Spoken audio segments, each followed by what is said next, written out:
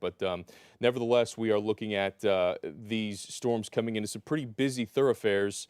And that's going to continue here over the next 30 to 40 minutes if you're anywhere along that 2059 corridor here. So there's Tuscaloosa.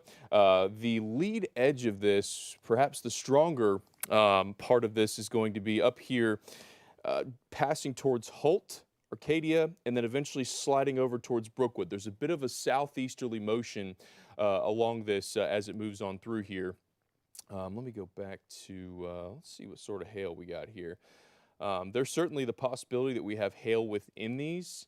I have not had a ton of reports here. I'm going to continue to, this is very impromptu. We're just going to read off some reports to you.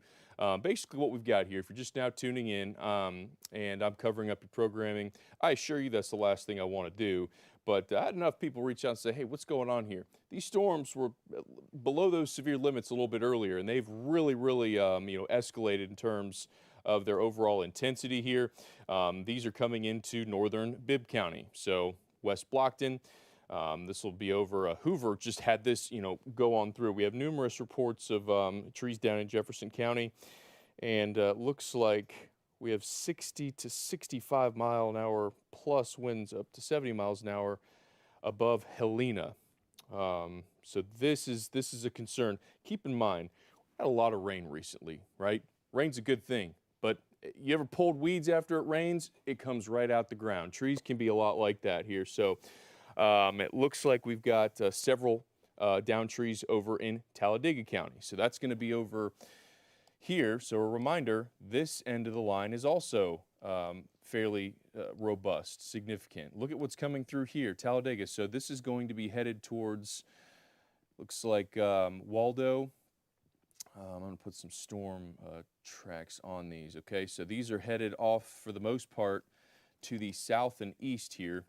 And we're likely to see these move through places like Columbiana, into Alabaster. In fact, coming into Alabaster right now, it looks like we've got some power lines down just north of there.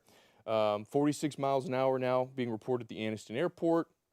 So I got enough evidence to know that the lead edge of this line is doing some damage. There's trees coming down, and a lot of that has to do with how much rain we've had.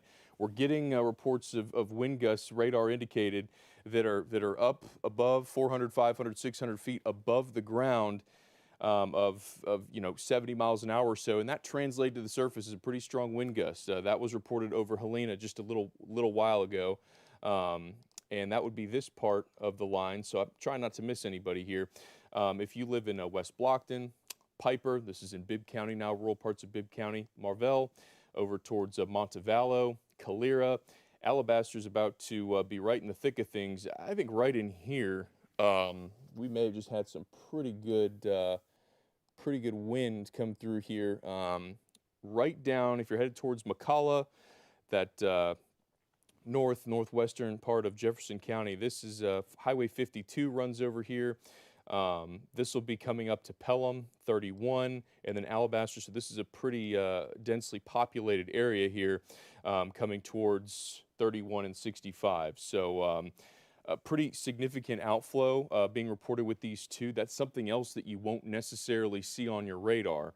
An outflow boundary, that cool air that you feel just before a storm hits, that comes down, and that in this particular instance with this line of thunderstorms is creating very, very gusty winds. We normally see 20, 30 miles an hour. These are getting up to about 50, 60 miles per hour. So very significant in terms of these wind gusts here. Again, I'm not seeing hail reports, but this is another good one here. So if you live in Concord, Ashland, Lineville, Millerville, Hatchet Creek. This is basically right along the Talladega Mountains here.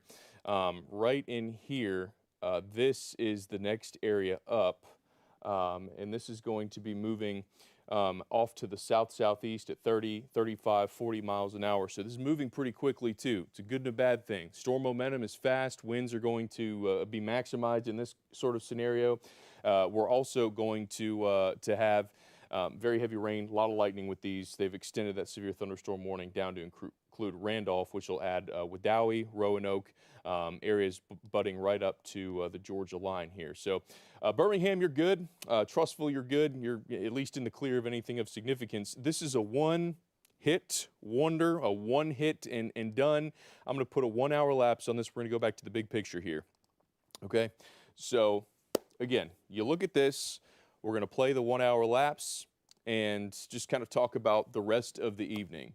So you see the lead edge of this. One of the things with a line like this is the entire body of what you're seeing on radar here is not to severe limits, is not as intense. It's this very lead edge when that first comes through. That's when you don't want to be, out and about. That's when you need to be, heeding warnings with this. Probably a lot of weather radios going off this afternoon. And again, a very abrupt way to enter March. But they're going to blanket warning this all the way down to Clanton and beyond, probably all the way down to Montgomery. Right now, just the northern half of Chilton County is in this. But if you're down there in Clanton, if you're down in Centerville, if you're down in Maplesville, even as you get even further south towards Plantersville, Enterprise, over towards Dadeville, Lake Martin, be advised. These are coming through, and now that we know, moving into a populous area, the damage that is being done, we know we can take this seriously. So for most of the damage reports I'm seeing here recently are over in Talladega County. So the Talladega EMA continues to report trees down. This one on 341 Brecken Access Road. Looks like there's a pretty good storm moving up over Chelsea. This damage reports are tough to keep up with on here. About to clear, several counties from these warning polygons, and it looks like they're doing that just as we speak. So these will move through quickly, and they'll also be up on us quickly here. So next up, Tuscaloosa. Here's a little bit of grace here. Unless you're just to the east over in Holt, we're looking at the main cell here is kind of split. Okay, you see some heavier rain, some more concentrated lightning, perhaps your stronger winds to the west, and then as you look here towards the east, there's that another mass there, and down towards Coaling, the Mercedes-Benz factory right in this.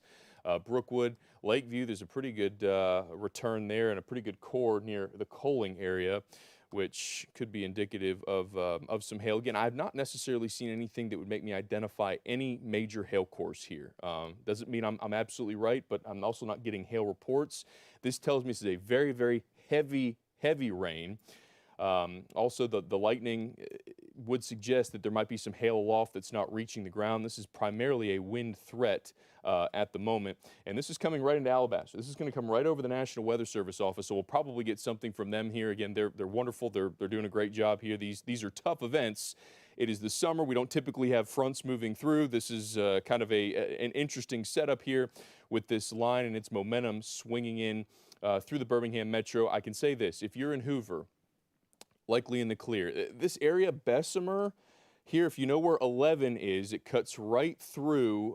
It'll come out towards a little closer to Bessemer, the high school there. That stretch still looks to be a little nightmarish. If you head from, say, the Morgan Road area and you continue down towards Bessemer, you got some pretty heavy rain, perhaps some gusty winds there as well. And we'll go back to the wind velocities. It looks like the stronger winds have shifted off to the south. So as we drag this down, Alabaster will be interesting to see. Looks like they just had a wind surge of about 40 knots. Let's see, we've got some more, just trees down. I mean, this is I could say this until I'm blue in the face here. It's certainly a wind threat. I don't want to forget our friends over here in East Alabama, Heflin. Got a good one coming through here. Severe thunderstorm warning is in place for all of these, so everywhere along the lead edge. Another report from Talladega County, 605 East Street in South Talladega, and then over in Etowah County, Miller Road, Clanton Street near Attala, and continue to come in here. So who's in the clear? Jacksonville's still raining, Weaver's still raining. The strongest part has moved past. Heflin, you're kind of right in the thick of things here, and that's going to be the case for the next little while as we head through the next 20 or 30 minutes here. This is going to head right across Cleburne County. Anniston, Oxford, you're in the clear. This is behind you. Gadsden, you're in the clear. Steele is in the clear. Center, you're in the clear. Not of the rain, of that robust, immediate, severe threat. Pell City in the clear. Leeds, I'd say Hoover now. You got some very heavy rain still, but next up, Columbiana, Wilsonville. These areas that are to the south of the lead edge of the line. Over in, hold on, I'm getting an update here. Another tree on a residence over in Talladega. So, man, again, wind threat pretty significant here. Go over to Heflin, and I just mentioned this one, and pretty good winds here. And as this comes through Heflin, if you know this very familiar, my family's in Georgia, so we drive right through here. You're gonna have a couple of gas stations there as you go through Heflin. Then you got a very long stretch as you head towards the state line. So this will be coming up on the Welcome Center on the Alabama side here within the next 15 to 20 minutes. Let me put this in a short loop for us here. Again, we're covering that cell that's in Cleburne County at the moment, and I'm doing my best to try to keep up with any questions and making sure I get to everybody. Like I said, we very, very fast-moving line here. So Chula Finney, Corinth. This is headed towards Bells Mills. This one's got a little bit more of an easterly shift to it. So this is this one's moving in a little bit of a different motion, some broad rotation with this one. And we'll definitely watch as this moves through, but there's some pretty good wind on the lead edge of this. It looks like that strongest wind just passed to the south of Heflin, right at the south side there, a little bit closer to I-20. And this will miss Fruithurst and continue off to the east southeast here over the next 20 to 30 minutes through Cleburne County. So again, very busy afternoon for us, busy scenario, and we're going to be, following this through our evening newscast here. All right, let's do kind of a reset here, moving to the south. So again, very rude way to start the summer, right? What to expect as these approach. We're looking at a lot of lightning, lots and lots of lightning, which is scary in its own right. Not a severe weather parameter, but impactful, scary, very, very loud. And then the biggest impactor from a sense of damage and threats is going to be the wind gusts that are associated with this along the lead edge. So I'm going to take this track off here, or this loop, and we're going to kind of dive in here to a couple of these cells. So this is now over in Tuscaloosa County. This is going to be south of US 82, north of Knoxville and Foster's. Heads up, Foster's. This is coming right into your backyard there. The elementary school right there at that exit. And then this will be coming up on exits, I believe, 70 to about 77 on I-20. As you get a little bit further down, closer to Knoxville and Utah, the Ralph area, I believe there's a rest area as you head down that way. This is going to pass areas just to, I believe, the east there. But this entire line is making an advancement to the south. It's moving in a southerly direction towards the Black Warrior River. Tuscaloosa, I got to say, the worst parts, I mean, look at that. It's like the parting of the storm. So, Tuscaloosa itself, the university, right downtown there, Rice Mine Road over to Holt. There's a big transition there from where we have the steady rain to a heavier rain. As you head on over towards, say, the Duncanville area, it looks like you may also be right in the middle of that split. This is at 82 as you trek down in this direction. And then eventually you get over here into parts of Bibb County, south of West Blockton. But just an absolute, convective mess here. Marvell, very intense thunderstorm here. I will say, National Weather Service office reported some pretty good wind gusts. And looks like 43 knots. So, you're right at about 50 miles an hour with the winds coming through here. And that seems to be the common theme with these storms as they move through here. So we'll stay with this for a few more minutes, kind of get a bit of a break here, and then we'll head into our news at 4 o'clock. But Childersburg, Sylacauga, you're kind of seeing, this is, okay, so right here, you see this little line, this light green line. There is your winds. These are called outflow boundary, and outflow boundary winds have been fairly significant through the history of this line today. So with that in mind, all of this is moving in this general direction here, okay? So what can you expect with this? Well, guess what? There's no rain with outflow boundary winds. This is just an area of very cold air, and what happens within the thunderstorm is you have these very, very tall clouds, these very high tops, and as this all falls to the ground, of course, it's very cold up there, so you get this really cold breeze. It is incredibly warm ahead of this line. We had 90s today all across central Alabama. So out ahead of this line, you're clashing with an incredibly warm and unstable air mass. That cold air is going to wedge underneath it. Because of that huge temperature gradient, you're having these intense wind gusts, and that is exactly what we have seen so far. That's exactly what our reports have said. So Talladega appears to be one of the areas pretty hard hit. Let's head back over to the east side of Alabama. So this is now moving through Clay County. This is the Ashland area. This is now past downtown Talladega. This is past Estaboga. This is past Lincoln. This is past that stretch on I-20 near the Raceway. And this is now pushing towards Ashland and Lineville, and will continue on that trajectory. I'm going to put some highway icons on here so we can see what we're looking at. But again, we are going to see this continue probably all the way to the state line, and so expect warnings to be with this all the way through. So there's Ashland, there's Lineville, there's Barfield, and then you head on over. Chillicothe is now just to the west of the lead edge of this, and then Heflin, this little core here, which is it's pretty significant. This should be to the state line within 30 minutes or so towards Ranburn. But the entire lead edge of this has the potential to be impactful. So Centerville, you're next up over here. Moundville, keep an eye out, wary eye out there, as again, everything on this line is severe. That does not mean everything within this line is reaching the severe parameters, is reaching 60 plus miles an hour, but there will be an impact with this line as it moves through, whether it's just lightning, it's heavy rain. We had an issue where it rained so hard yesterday. I don't live in a flood prone area at all, but man, the rain came down so quick it backwashed into the garage, and it backwashing into areas in the backyard. So this is very heavy rain coming into a saturated soil. Trees are prepared to come down. I shouldn't say prepared to come down, but primed to, with how wet the soil is. I used this earlier. You ever pull weeds when the ground's wet? Yeah, you come right out of the ground. Tree roots can work the same way with gusty winds here. So Tuscaloosa, you're good. Again, along 43, these areas kind of had the split there with that line kind of going on either side here. So now attention turns to places like Centerville and Brent, to Calera. Alabaster have not, gotten any reports there. Still getting reports out of Talladega County.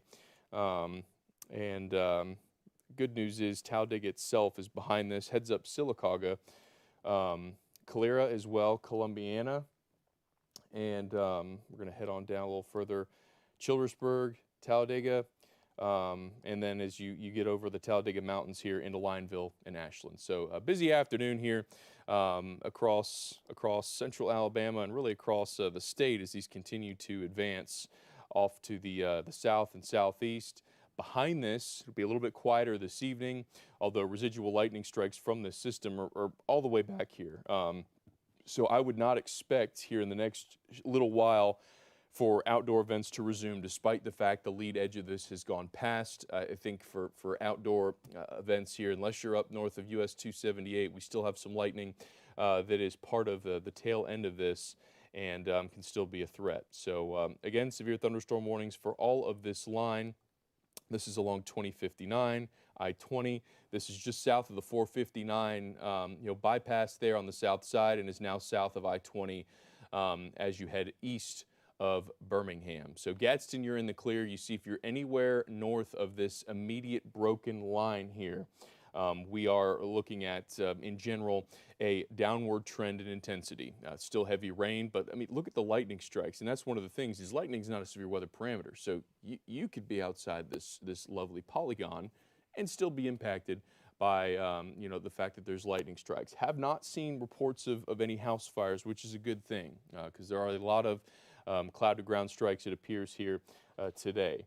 So once again, we're keeping an eye on this outflow here. So Jemison, heads up, and if you're just joining, the outflow boundary, that is where that cool air from the thunderstorm, we've all felt it. You're outside in the summertime, and you feel that cool breeze, and all of a sudden it's like, okay, the rain's coming. This is going to be that, but on a much higher magnitude. So the air within these thunderstorms, the column, is very, very cold, very intense, and as that comes down to the surface, that is interacting with an incredibly warm and unstable air mass here. So I'm going to hop on over to our temperatures here just to give an idea of how warm it is ahead of this. I mean, this line is about to clash with temperatures of 96 in Utah, Centerville, 89 in Clanton. Alabaster was 95, not the case anymore, but look at behind here. There is a 30-degree difference between the storms behind the storms over in Cullman and ahead of the storm. So this cold air is basically interacting with an incredibly warm and unstable environment, and it's causing these thunderstorms to intensify. Look at the heat is fuel for these. So these will keep their robust nature into Chilton County, through Bibb County, and this will go all the way to the bottom of the DMA. So what we may do here is we'll just keep this until 4 o'clock, and then we'll start our standard newscast at 4 o'clock. And, as needed, we'll haul back into coverage. So I'm just trying to keep up to date here. Are there any additional reports? Trees down all across Tuscaloosa County. Nothing of specific addresses there. But again, I think Tuscaloosa County in and of itself, there were spots where it looked like we had some trees coming down. But let me see here.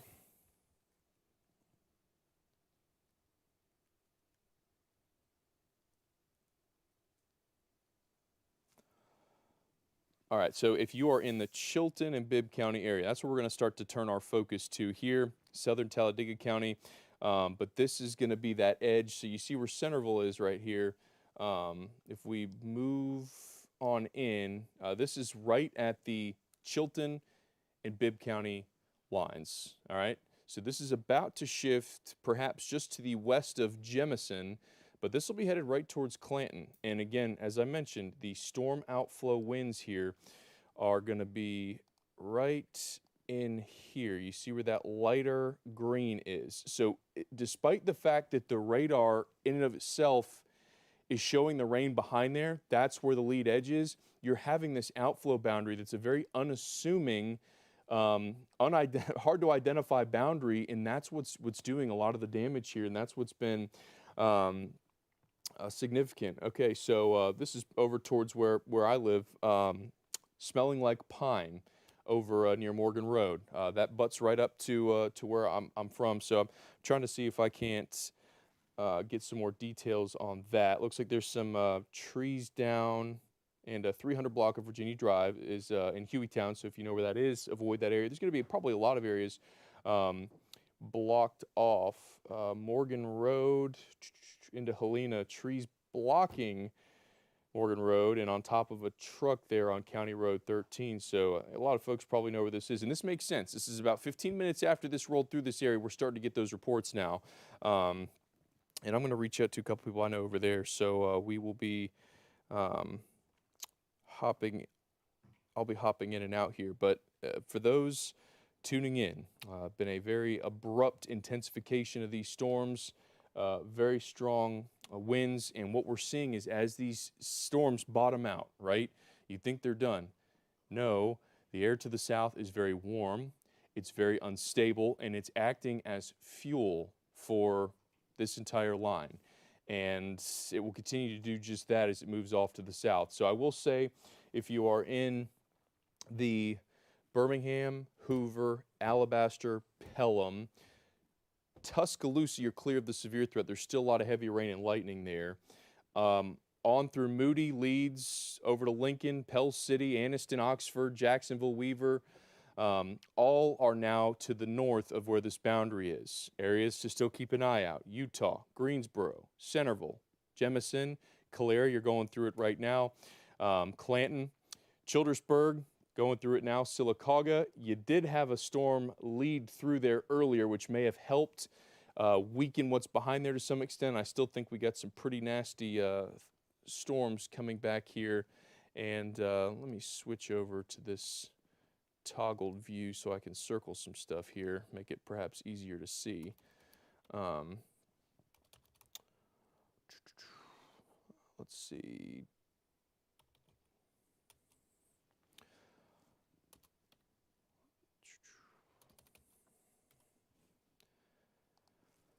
Okay, so what I would watch right in here, so you're near Wilsonville, see where you have that pink coloring in there? And then there's another spot down here that's to the south of Sylacauga. This is now into Coosa County. There's good water. And this will be headed towards Kellyton in Coosa County. And this is where you're going to have the really heavy rain, but where you see an overlap with reflectivity like this, there's a lot of mass within that thunderstorm. So as this is coming to the ground, it has a tendency to have a little bit higher, wind velocities with it. And both where you're seeing these, you are seeing kind of a relative maximum right in here with some of those brighter green returns on the velocity product here.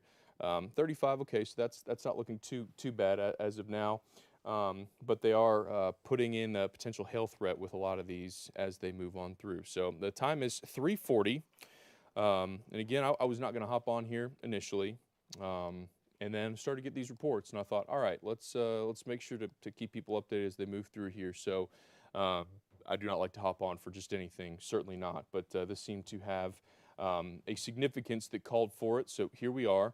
I'm going to go over to the power outage map. I've had a couple people ask about that. Look at this. Wow, significant outages here. And this is very typical of a big wind event here. So, wow, 30,000 outages in Jefferson County. And Shanti's in here too. I don't know if there's any way to relay this over to the newsroom, but we've got 30,000 outages in Jefferson. We've got 6,000 outages in Tuscaloosa, 18,000 outages in Shelby County. And I'm actually a little surprised but happy that over in Talladega, there is not more than 2,000, because with the amount of reports, certainly looked like we could have had more than that. And again, there might be some delay with this. Ton of reports coming out of Calhoun County as well. 18,000 outages in Calhoun County. Coleman, 6,000, but 30,000 in Jefferson County. Over the last hour, that has all happened as this line intensified approaching the DMA. So, wow, that'll tell the story for you right there. Again, expect the unexpected here in Alabama. So, Clanton, heads up, okay? We've talked about this if you're just now tuning in. An outflow boundary is this little, you see this green line, this very unassuming line on your radar. If you got a radar app, you're going to pop this up. What's this nonsense? Well, that nonsense has had occasional gusts 40 to 50 miles an hour and has actually been a source of damage. We don't typically think of a outflow boundary ahead of the storm as a significant damage threat. That is how intense some of this rain is coming down. You think about it, you got that cold air mass, and as it all bottoms out towards the ground, it's pushing that cold air that's aloft in the cloud out forward. And as it does so, it's interacting with incredibly warm and unstable environment. And so that warm air is going to rise instantly, cold air is going to cut underneath it, and you are getting some very gusty winds. So again, time here, 3:45, Evan Chigvera. Didn't have this on the bingo card today. Certainly thought we'd have some stronger thunderstorms, but to this extent, we are looking at widespread outages, widespread trees down, and still getting these reports in. So looks like Sumter and Greene are about to be included, the rest of Greene County anyway, in this warning. So who's in, who's out? In still, Utah, Forkland, Greensboro, Moundville. That should be approaching any moment here. Over towards Centerville. Jemison, looks like you initially dodged this, but keep an eye on this back to the west here, as we could see this swing on in. And this is an area that's had a history. This is kind of what went through the Hoover-Bessemer area, at least the west side of Hoover, and is being blamed for some trees down in that respect. So let me see here. Pan on over. Let's see if my mouse will want to behave here. All right, so now looking at the Clanton area. Clanton's another one, heads up. So Clanton, you're in. Rockford, yes. Alex City, Lake Martin, not a time to be on the lake. Wedowee, again, we're getting over towards the Georgia state line. Heflin, you still are within that storm. However, the significant wind threat has come to an end. You look up towards Piedmont, Jacksonville, Center, Weiss Lake, Gadsden, all these areas here, you're in the clear of that severe wind threat, hail threat. There is still an ongoing lightning threat, but everywhere where I'm circling, you're essentially clear of that threat of strong winds and of any sort of small hail. So once again, the threat for this exists along the entirety of this lead edge as it begins to move off to the south and to the southeast. So I'm going to put this in a lapse, then we're going to do some time of arrivals here. Again, we're going to just take this right up to the 4 o'clock news, and then we will go into our 4 o'clock newscast as normal, and we'll cut back here as needed. So, all right, Kellyton, we just talked of this near 280. There is, again, that same storm I just circled back there to the west. Pretty good hail core on that. And when there's a hail threat, we also typically see a wind threat with it. Those can a lot of times go hand in hand. Think of that. I just mentioned when all that rain comes down, the wind comes with it. You add in some hailstones there too, and that's part of the atmospheric column. You'll get those wind gusts as well. So there is the motion here of this line. I'm going to stop it again, and we're going to do some time of arrival, some rough time of arrivals here. So we'll start west and work east. Here's what I will say about this stuff here. Over in Pickens County, in Greene County, in Hale County, that includes basically all along that Highway 69 corridor that runs from Moundville all the way down towards Demopolis and points to the west here. This is looking much more kind of junky. Still impactful. There's a lot of lightning here, but I'm not seeing the wind threats with this one as I am further to the east.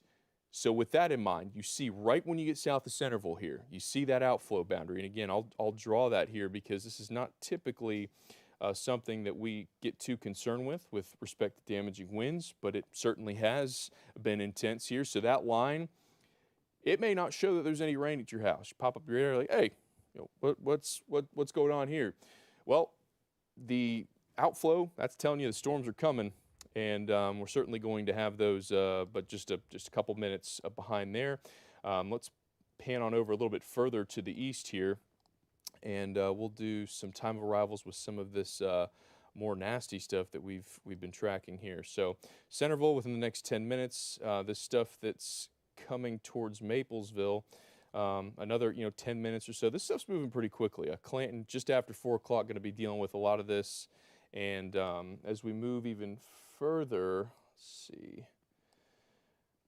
Looks like this cell here perhaps getting cut off a little bit and into the main line, and that may help with some weakening. But again, I say weakening very relative very relative terms here as this moves through. Rockford a little bit after 4 o'clock. So all of these areas here are probably going to be looking at 4 and just a few moments after. There is that cell with the potential hail core. This is in northeastern Coosa County. Again, if you take 280 down far enough, you'll get right towards Kellyton, right before you get to Alex City. And if you keep on going down, you'll get to Lake Martin and eventually Auburn. This is probably the more intense part of that line as you head towards the eastern and central part of the state here. So this is Rockford. This right here is 231. And again, this is going to continue off to the southeast over the next 15 to 20 minutes. So an active afternoon. We will we got reporters headed out into the field, and we'll kind of assess some of these damages. Looks like we've got 54 calls out as of now in Walker County. So that means 54 instances where there has been some sort of impact, and they've received a 911 call for that in Walker County. I do not have any reports of any injuries. I do not have anything to pass along with respect to that. I will say this is telling.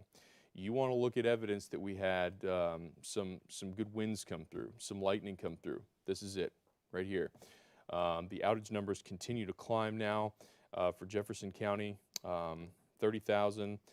Now 5,000 in Bibb County. Makes sense. And we're up to 22,000 outages in Shelby County. Calhoun County's in there as well. And that includes Anniston, Oxford, Weaver.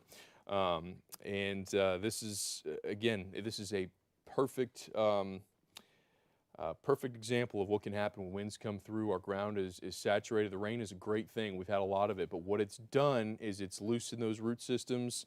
Again, I am no expert on trees or anything like that. I do know this. When you pull weeds and the ground's wet, it comes right out. Think of that as when we have our winds. When those winds come through and the ground's wet, much, much easier for those to come down. And, you know, there's certainly outages, I'm assuming, for lightning strikes as well. So back to the radar here, and our newscast will start in about 9 minutes. For any question on that in our back room, we'll go with the standard newscast, and then we'll hit weather as we go through, and we will carry this as we move forward. So once again, that storm near Kellyton, moving into Coosa County, that has a significant hail threat on it. All of this, I think, coming into Centerville, Jemison, Clanton, Maplesville. This right here looks like a pretty good wind threat. It's looking a little bit more disorganized than it was just a little while ago, but I mean, look at this. The most significant wind, this is fascinating, is not with the storm itself. It's ahead of it. Look at here. This right here is your wind threat. Okay, so Clanton, you're getting it now. Okay, if you're in the Clanton area or if you're just south, you're getting it now. It's not where this red is. Okay, the winds with these are so strong, they're outrunning the thunderstorms itself. They're going out ahead. They're cruising on. So that's where we're seeing right there on that line where the strongest wind gusts are. If I continue this in each direction, this goes all the way over just to the north of Rockford. This goes all the way back into Hale County. It's going to be south of Moundville. And then it kind of drops off right about there. Again, this is 69, runs in that direction. And then you got the lead edge here coming into Alex City and Tallapoosa County. Right there's your wind threat for the most part. So that is where we need to be paying attention here over the next little while, is that lead edge. People have a tendency, it makes sense. You look at your radar and you say, okay, there's the red. That's when the wind's getting here. This is actually preceding the main line and moving out ahead, which can be very deceiving if you're using a radar app. So the strongest winds looks like it's coming through Clanton, and this is going to head towards Enterprise, Highland. This is going to continue south towards Billingsley, Plantersville, and then this will eventually roll into Autauga County and off towards Pine Level. And this will, if you know that area, you'll continue to head down a little bit closer to the Prattville area, Deatsville, and Montgomery. So again, if you're in southern Chilton, it looks like there's pretty good wind signatures on this.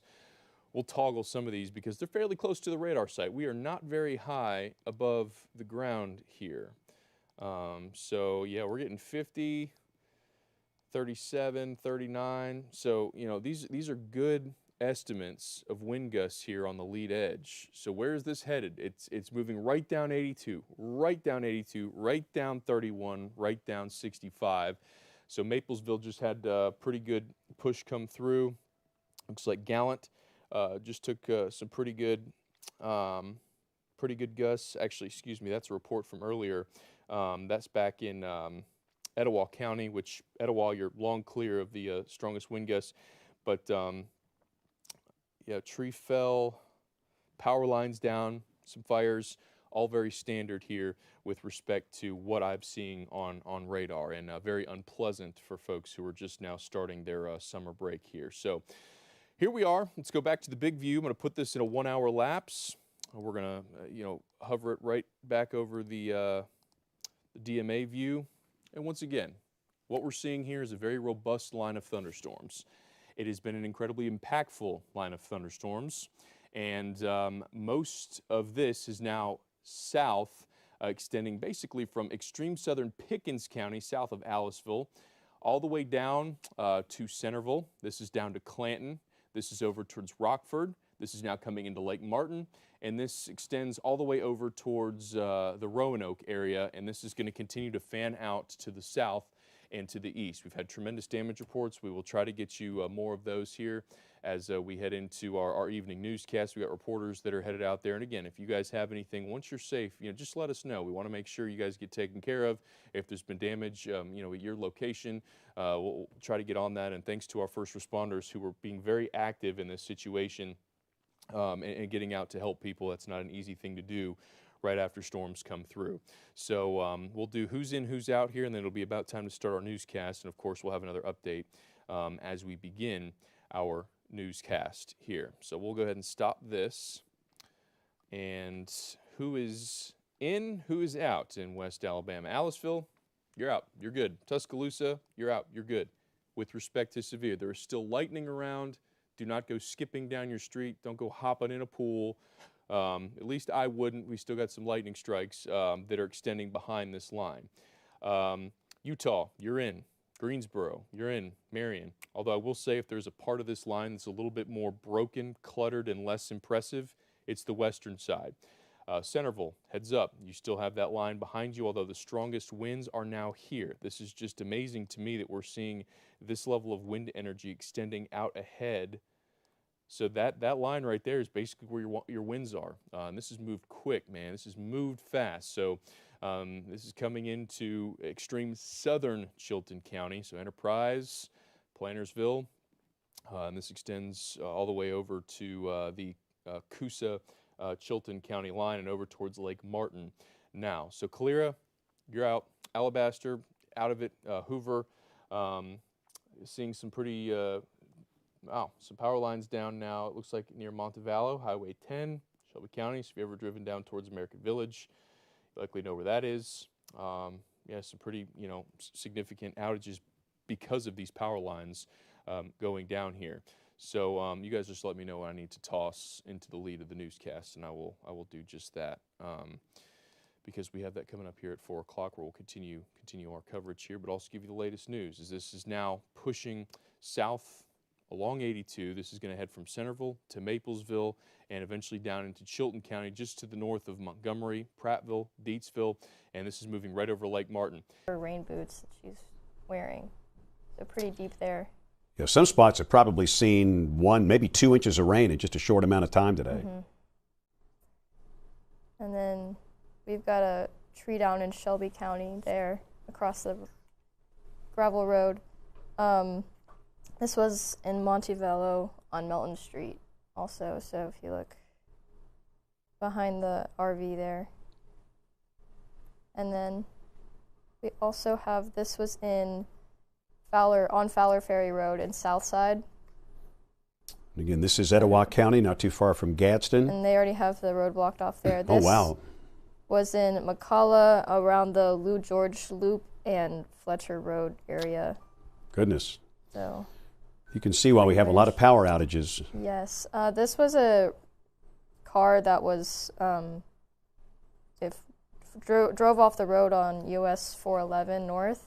Between Moody High School and Lake Joyce Road, and no road blockages or injuries have been reported, so I think they're okay, which is good. And then this picture is from Helena, and the wind was blowing so hard that it sucked up the ceiling tile into their attic earlier. Well, that's not good. Very interesting. And this was that's a big one. Bluff Street in Bessemer, no injuries. From here, you can see it fell on.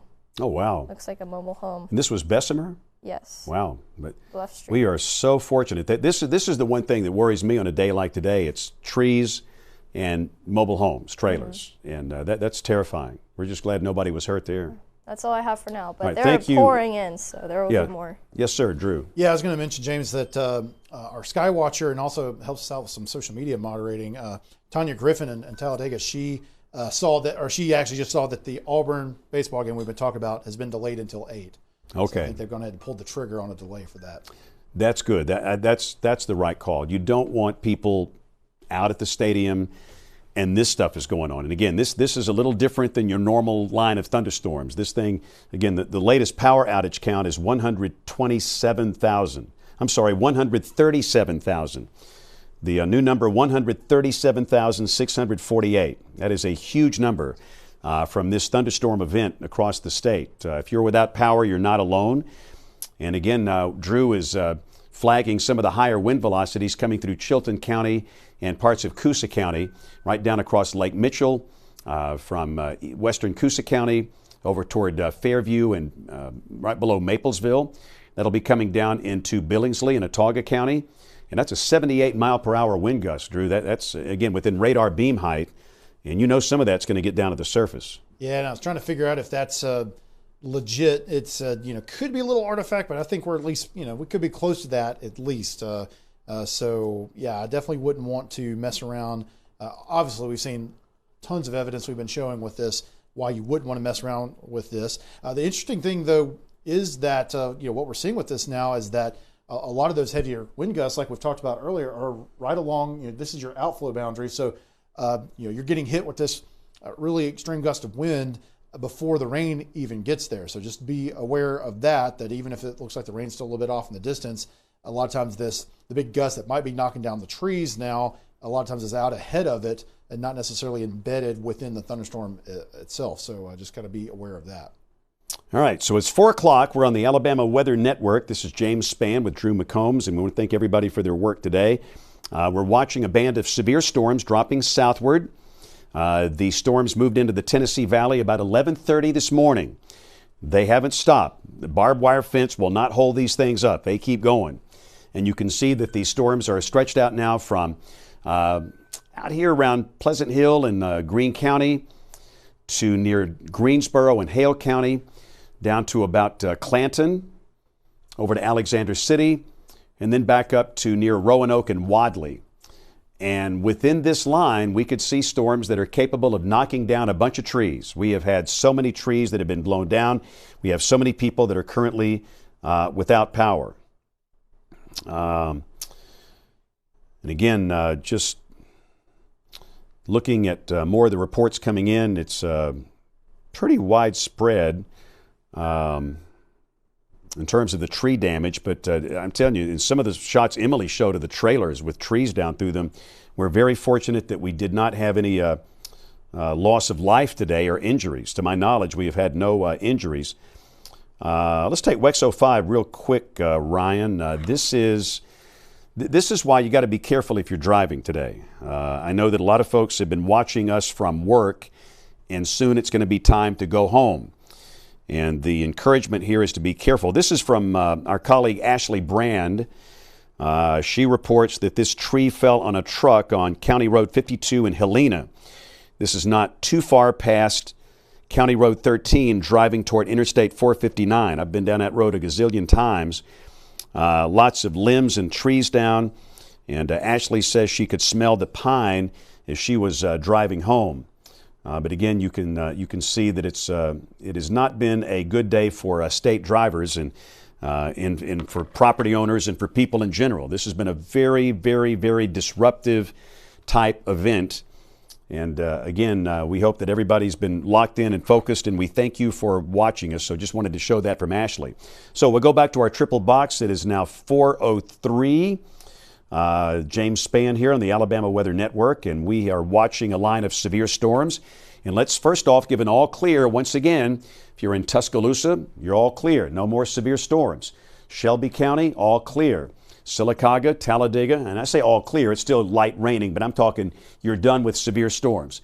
Sylacauga, Talladega, you're done with it. Ashland, Lineville, Heflin, Anniston, Gadsden, Birmingham, you're done with it. The concern, it is for areas along and to the south of that line. And again, watching more reports coming in. Goodness gracious, the number of trees down, it's pretty incredible. From just about every county affected by these storms today. And so we're quite thankful that we've had no injuries today. City of Calera responding to multiple reports of trees and lines down across the city. Fultondale, multiple trees down and some roads blocked.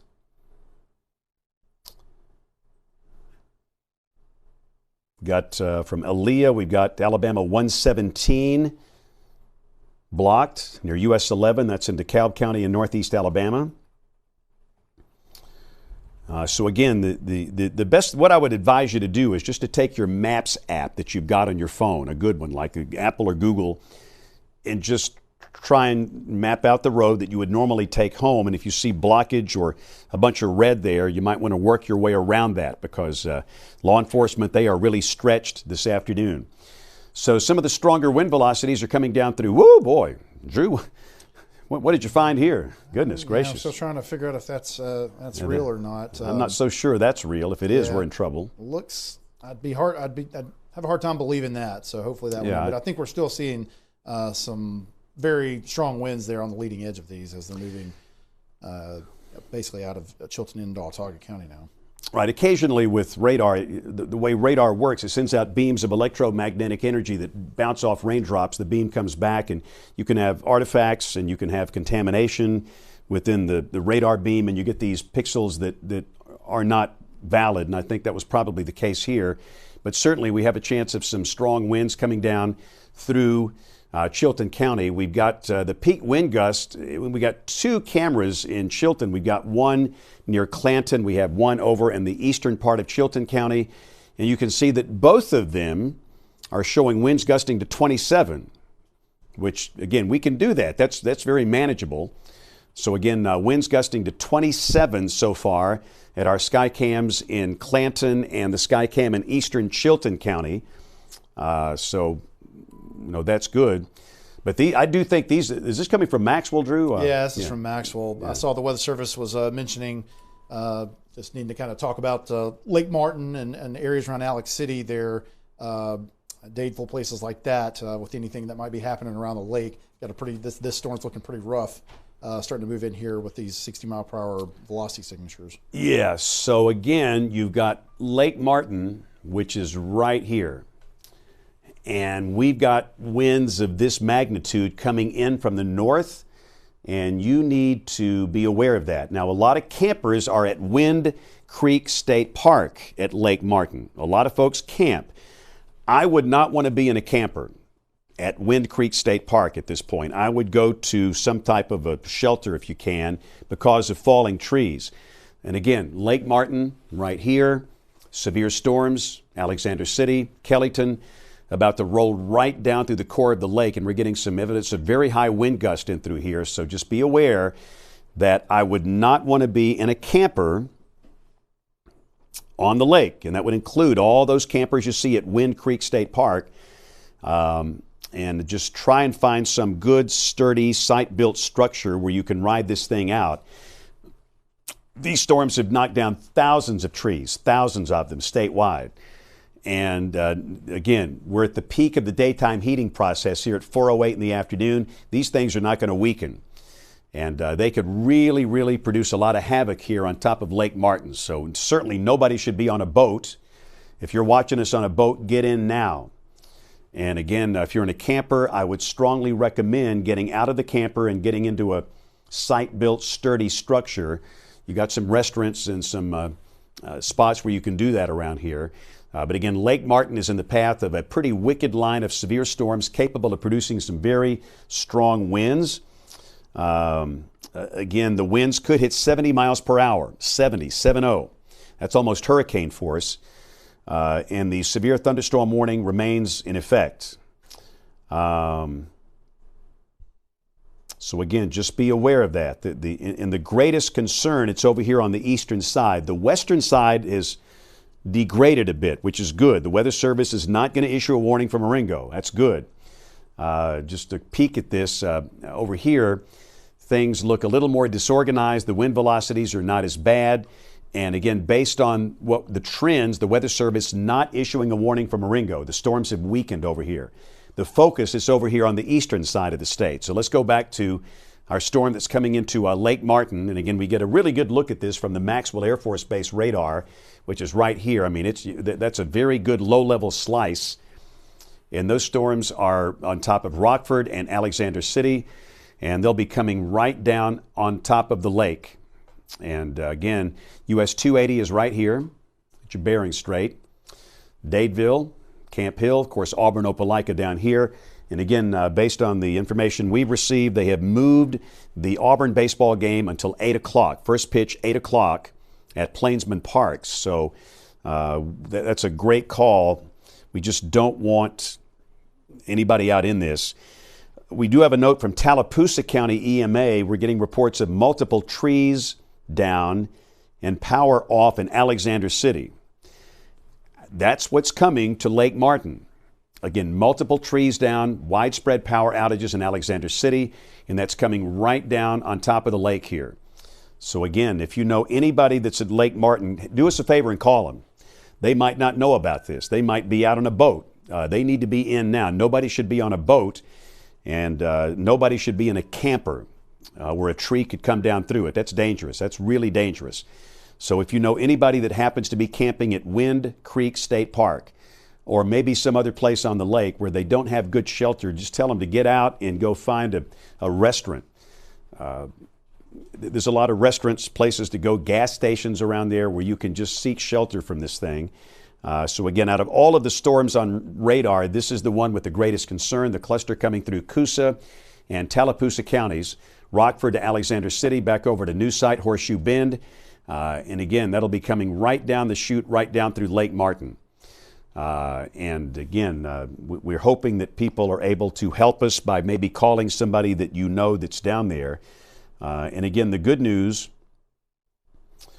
is that the western side of the line is degrading a little bit. It's weakening a bit, but this is not. One quick note, Chilton County Sheriff's Office says they have no reports of injuries, but they have trees and trees and lines down in multiple locations. That's in Chilton County. Again, no injuries in Chilton County, but we've got reports of trees and lines down.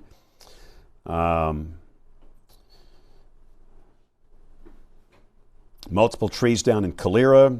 And again, just everybody that's dealt with this, they've got trees and lines down. In fact, let me check the latest numbers here. Latest power outage count is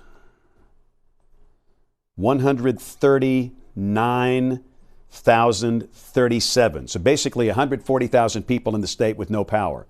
That's a big number. Let's check it county by county. Jefferson County, 30,000. Shelby County, 24,000. That's 54,000 in the Birmingham Metro with no power. Anniston, Calhoun County, that's 20,000 with no power.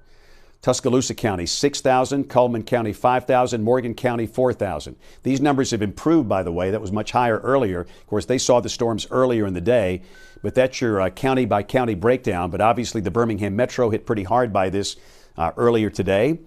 But again, for Birmingham, Tuscaloosa, Anniston, Gadsden, severe weather risk is over. The concern, it's now shifting down to the south. And again, we've got very strong winds coming into Lake Martin. Drew, your thoughts on this? It looks pretty nasty. Yeah, I think so. I mean, of course, we just got the report from Alex City of a bunch of trees down and power outage. And so, like we've talked about, Lake Martin, the Weather Service has just reiterated that there's a significant wind threat for Lake Martin and the surrounding areas. And so I want to continue to kind of talk about this. So again, I think the velocity signature continues to look strong, where we could see certainly 60, 70 mile per hour winds with trees coming down pretty readily, it looks like at this point, as we've seen throughout the lifetime of this. So it looks like Dadeville, if you're in that area, Stillwater's neighborhood there on Lake Martin, Jordan, Red Hill, places like that. This is pretty much imminent. But if you're anywhere on Lake Martin, if you know you're at Lake Martin, you need to be inside, I would just go ahead and kind of treat it almost like a tornado warning, where you just want to be inside, be in the center part of your house and be away from the windows and stuff. Because again, especially if you're in an area that's got a lot of trees around some of these houses around the lake, if those come down into the house, then you don't want to be a part of that. So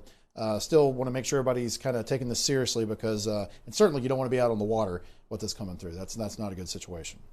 So it's 4:14. This is Monday, the 1st of June, the month of June, starting off with a bang here in the Weather Office. We've been live since 11:30 this morning, as we've had this line of severe storms rolling southward through the state in this northwest flow aloft in a very powder keg type atmosphere, very, very unstable. Thousands of trees are down statewide. We have 140,000 people with no power. The most intense part of the line, it's over here, through parts of Coosa and Tallapoosa counties.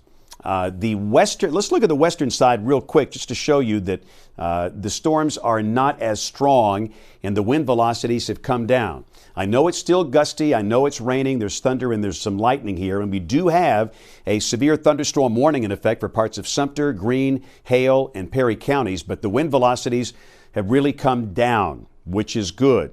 The Weather Service has opted not to issue a warning for Marengo because of the weakening trend here. So that's the reason we're focusing on that eastern batch of the storm. So let's go back over to our storm that's coming down through Alexander City and Rockford and Roanoke, again, right in through here.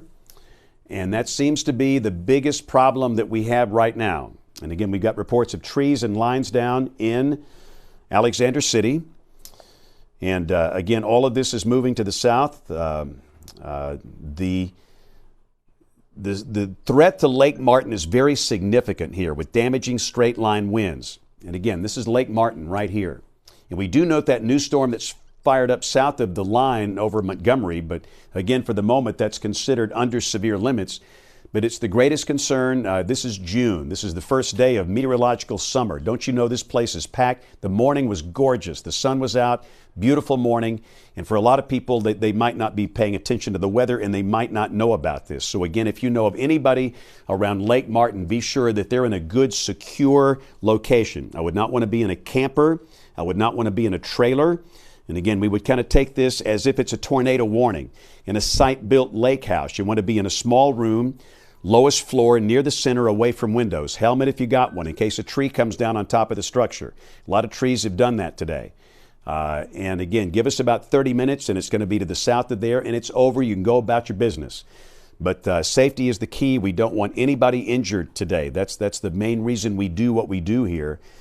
So again, the key message is for those on Lake Martin to be in a safe place, a secure, site-built, sturdy structure as this line passes. We don't want anybody in a camper. We don't want anybody in a trailer. We don't want anybody in a car, and we sure don't want anybody in a boat. You need to be in a good, safe, sturdy, secure location as the storms come on through here, as the wind velocities continue to be quite impressive. And again, we're getting a good look at this coming from the Maxwell Air Force Base radar site, which is just down here off the south shore of Lake Martin. So let's look at the velocities on this thing, Drew, and just kind of see how we're doing. And again, we'll go to Emily here shortly. I know that she's got a lot more images and video. We'll go to her shortly, and we thank you for sending it all in.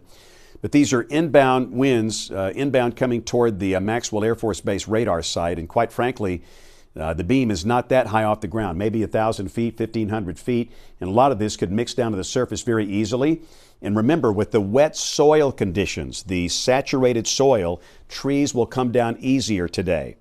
And again, winds like this could bring down just a whole lot of trees, especially around that lake. You know, the wind whips down those main channels, and it's just not a good situation. So again, everybody needs to be hunkered down around Lake Martin. More reports. We have trees and lines down, complete blockage. Merritt Springs Road in Gadsden. Millerville Highway, Sylacauga, trees down. We have trees down on Forest Green Road in Southside. Got a new warning coming up for Lee and Macon counties. Again, the stronger wind velocities here coming into Watauga and Elmore from out of Chilton. And again, we're seeing evidence of strong winds here. So again, if you are in Pine Level, Prattville, Billingsley, Otaugaville, Independence, be in a good, safe place. Old Kingston. So here's a look at our new warnings. These are severe thunderstorm warnings in effect now for Macon, Lee, and northern Russell counties in East Alabama. This is until 5:45. So again, this is a really good thing that the 5 o'clock first pitch has been delayed in Auburn until 8 o'clock. Their game against Milwaukee, which is a big game that determines who carries on and who keeps going in the tournament. But again, 8 o'clock first pitch time moved from 5 o'clock. We don't want anybody outside during this thunderstorm episode. Again, it has brought down a lot of trees, a lot of lines. It's been a really rough day today. This has been rough. And again, there's no evidence this will weaken at all over the next couple of hours. Now, once we get the sun down, these things get into South Alabama away from the better support. They should weaken here in a few hours. But again, in the short term, they will most likely stay very, very strong. And again, the good news for those of you in Dallas, Marengo, and Perry, the Weather Service opting not to issue warnings. No warnings for you because the storms have weakened. They look sub-severe. So again, when these warnings go out, when they expire, they will not be extended in that these just look noisy and sub-severe. The main concern, it's right in through here. Northern Autauga, southern Chilton, southern Coosa, Tallapoosa, parts of Chambers counties. This is where the wind velocities are pretty extreme. They've been extreme and they're remaining extreme. And again, the greatest concern, it's for Lake Martin. And the Weather Service will be issuing a warning for Lowndes in Montgomery for this activity here that's moving south. I know there's an isolated storm in Montgomery, but for the main batch producing the stronger winds, we'll have a severe thunderstorm warning in effect for Lowndes in Montgomery. That'll be coming soon. So you'll see those counties popping up here very shortly. And again, we have hundreds of your images and videos, and we thank you for that. Thanks to Emily for working so hard today. You need a full-time person managing that, and we have that today, and we're so thankful to her. 224 Acton Avenue in Homewood has a tree down. And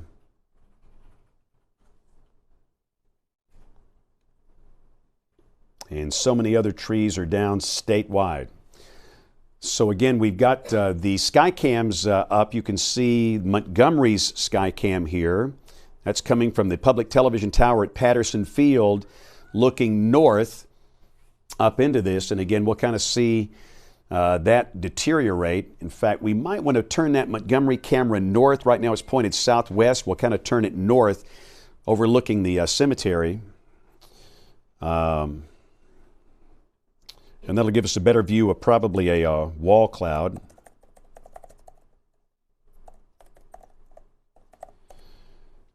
There we go. That's our storm right there. And that's in the cemetery down below. That's Oakwood. Drew, who was buried at Oakwood Annex Cemetery? Hank Williams. Hank Williams. Indeed. Montgomery, the history is so rich in Montgomery, but again, in fact, take Montgomery full real quick, Ryan. Just that's a look at the incoming storm, and again, down below you can see the Oakwood Cemetery, and in the Oakwood Annex, that's where Hank and Audrey Williams are buried, and you can drive past that site, and many people have done that. Hank is from Butler County, same county where I'm from, in rural South Alabama. And of course, he died very tragically at a young age. But again, that's a look into the storm coming into Montgomery. The camera is on the public television tower right by Patterson Field, looking north. So we'll go back to our triple box here at 423. Go, Emily. More pictures from you. Can't wait to see these. All right, so this picture is from Trimble. They had 11 inches from today so far, 11 inches of rain in That's the area. wow. Yeah. Not quite sure that's all in one day. I but, don't. They said it was all in one day. I'm not sure. It'll be the flood of the century. Or is that centimeters? It's centimeters. Yeah. Oh, sorry, centimeters. Oh, Now we know. Now we know. Centimeters Yeah. of rain. There we go. That makes sense. In Alabama. 4 inches of rain there. And then in Coleman, this tree fell on their house, and they were actually inside the house, but they were all okay. Luckily. And again, guys, let's hold it there for just a minute. This is why we're concerned about the storms going south.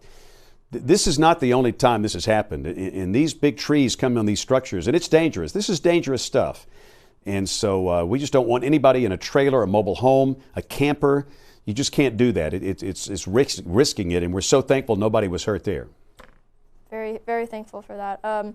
This was in Wellington. A goat got loose in the storm. You know, you don't see a lot of goats on the loose in a storm. Wow. I hope he can make his way home.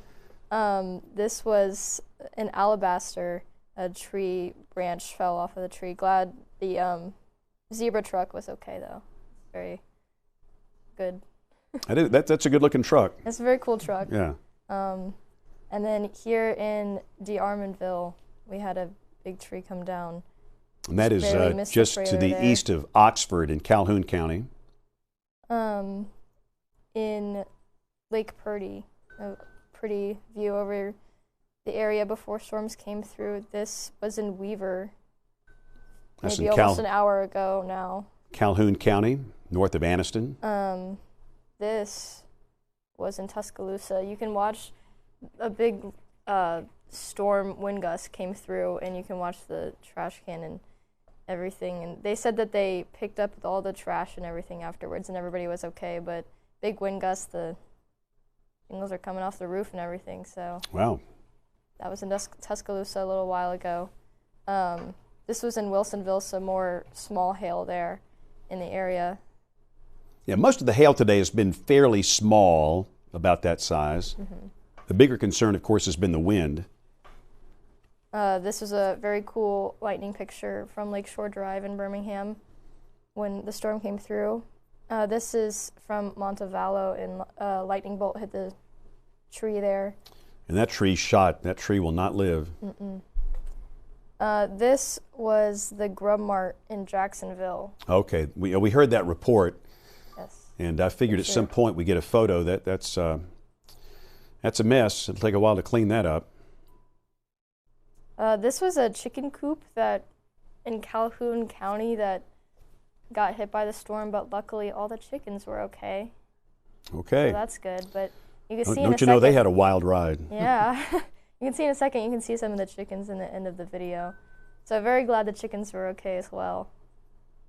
Really getting lucky here today. Yeah, they're probably not happy. Uh-oh, state bird. State bird, not so lucky. There's another state bird that wasn't so lucky that I'll show you in a second. This was on Bob Lee in Rainbow City. A tree down on the Yeah, road and again, there. for those that don't know, we had a wind gust of over 50 at our Anniston Skycam location. The cluster that came down through Calhoun and Etowah, really, it was tough. So this was the state bird that's not so lucky. This was in Wellington as well. Yeah, that bird's not going to fly much longer. That's not No. good. Very sad, but a pretty big tree fell over there.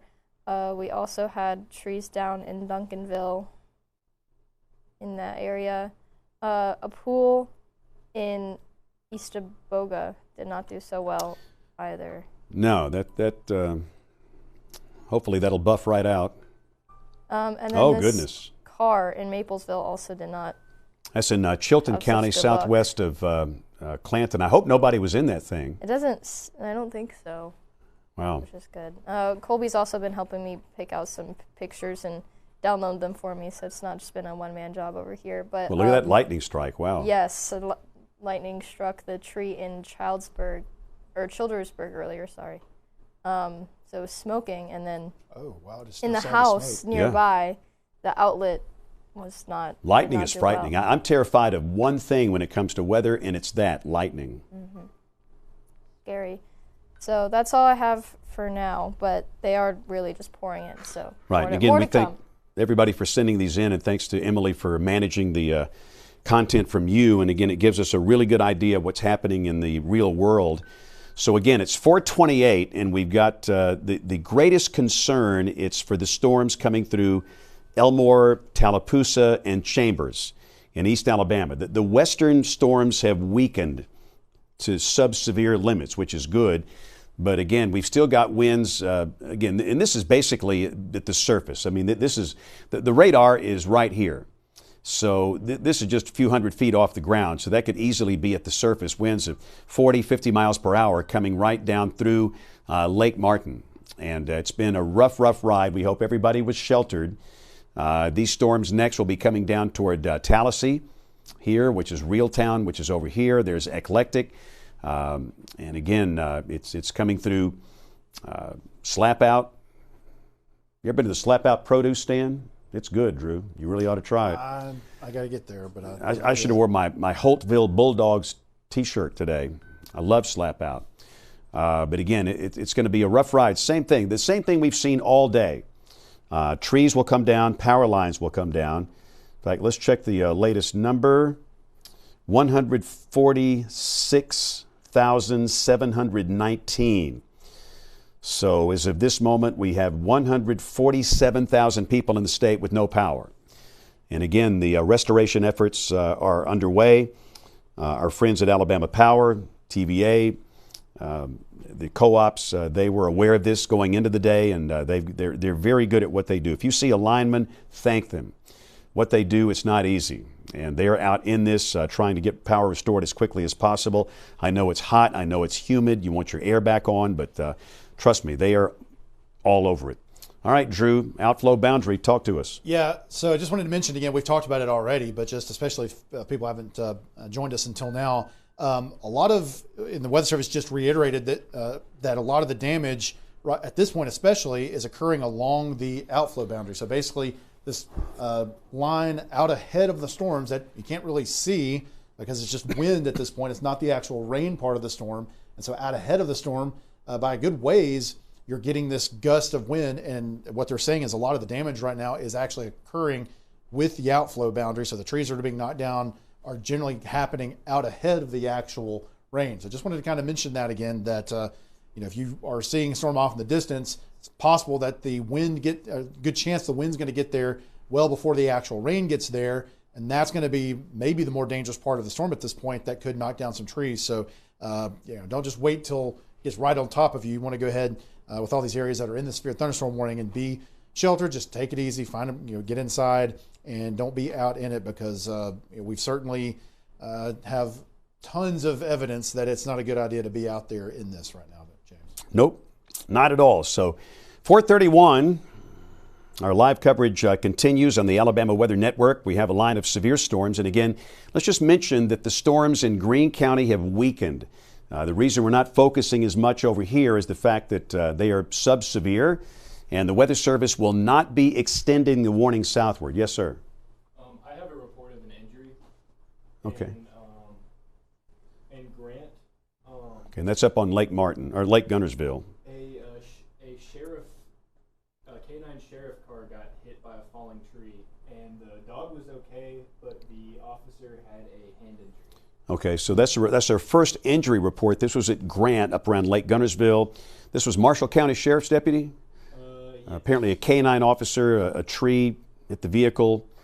The deputy was injured. We don't know the extent, but that's our first injury report of the day. And unfortunately, it was from law enforcement in Marshall County. And as soon as we get additional information on that, we'll pass that on. But again, for the moment, the storms are sub-severe in West Alabama, which is great news. The storms have weakened. They're still producing heavy rain, thunder, lightning, but the wind velocities have come way down. The warnings will not be extended south. So again, once the warnings go out for Sumter, Greene, Hale, and Perry, they're gone.